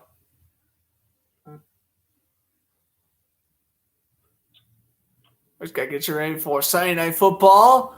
6-8 football team against 10-4 Cowboys. Ezekiel Elliott and the Dallas Cowboys will clinch the NFC East with a win. Already clinched a playoff spot. Thanks to the 49ers losing to the Titans on Thursday.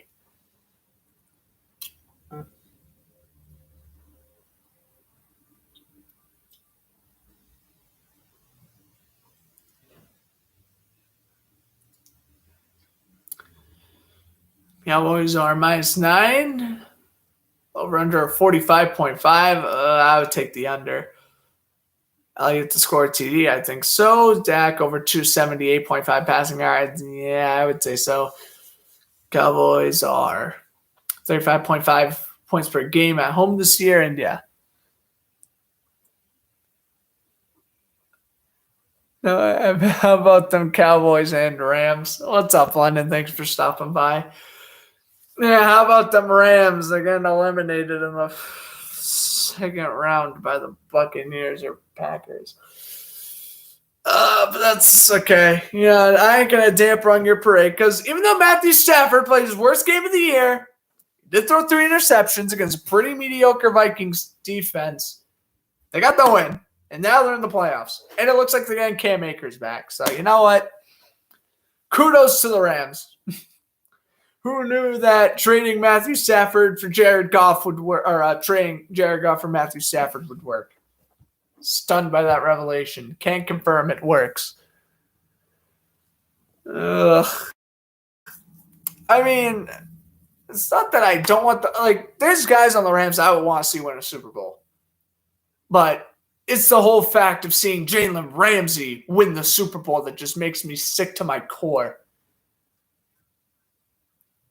Like, good for Cooper Kupp, good for Matthew Stafford, good for Aaron Donald, good for Sean McVay, man. I mean, he really made the Rams from a poverty franchise to a well-oiled machine. He is a fantastic coach.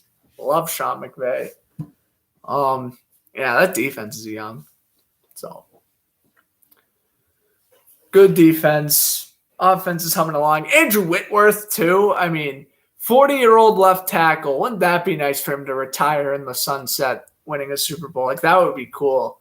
It's just Jalen Ramsey makes he's my least favorite NFL player for a good reason. When you fake injuries to leave a team, if you just hated the team so much, request a trade. I wouldn't have hated you for that. But the fact that he blatantly was faking injuries to get traded to a contender,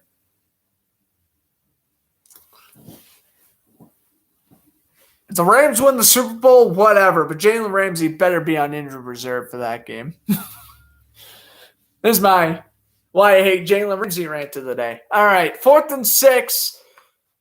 Seahawks, 30 seconds left. Wilson's going to elude the sack. He's going to run, and he's short. And the Bears are going to get him. But there's a flag. Wait a minute.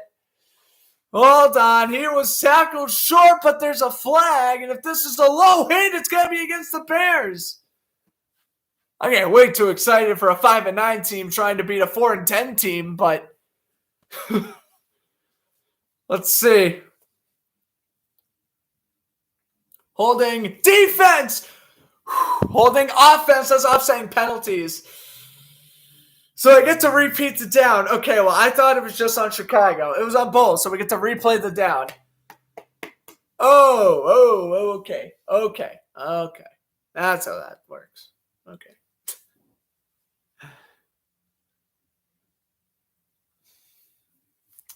All right. Well, they'll replay the downs. 4th and 6. Again, do or die for the Seahawks. To watch KC beat up Pittsburgh? Yeah, that's awful. That's why you need Red Zone. You can watch all the out-of-market games. 4th and 6. Wilson throws and he overthrew Lockett. Bears shut down twice. And they're going to close it out over the Seattle Seahawks. All right. They go for... There's another flag. What the heck? Hold on. Take 3. Unsportsmanlike conduct on the Bears. I'm pretty sure they still got possession. They do. Oh, that was anticlimactic. I was hoping for like offsides, defense. I'm like, oh my God, this game will never end. No, it's ended. Wilson overthrew Lockett, and for the first time since 2017, and just the second time in the Russell Wilson, Pete Carroll era, Seahawks are going to miss the playoffs. All right, here we go. 3 minutes left. 4th and 4. Ben Roethlisberger. I mean, why is he even in the game? Oh, touchdown. Deontay Johnson. Woo! There we go. That's a good way to end the broadcast. I'm not staying on for the rest of this, because I have to sit through a 2-minute warning, and I'm not doing that. But, touchdown Deontay Johnson. All right, we'll end the broadcast with a touchdown. That good? That's good. All right. Final kneel down by Foles. All right, Bears win 25-24. Hope you guys enjoyed the broadcast. I'm Grant Fluff from Fletcher Sports. I'm saying enjoy the rest of your evening. Make sure you tune in to 1 o'clock Eastern Standard Time next Sunday for Patriots and Jaguars.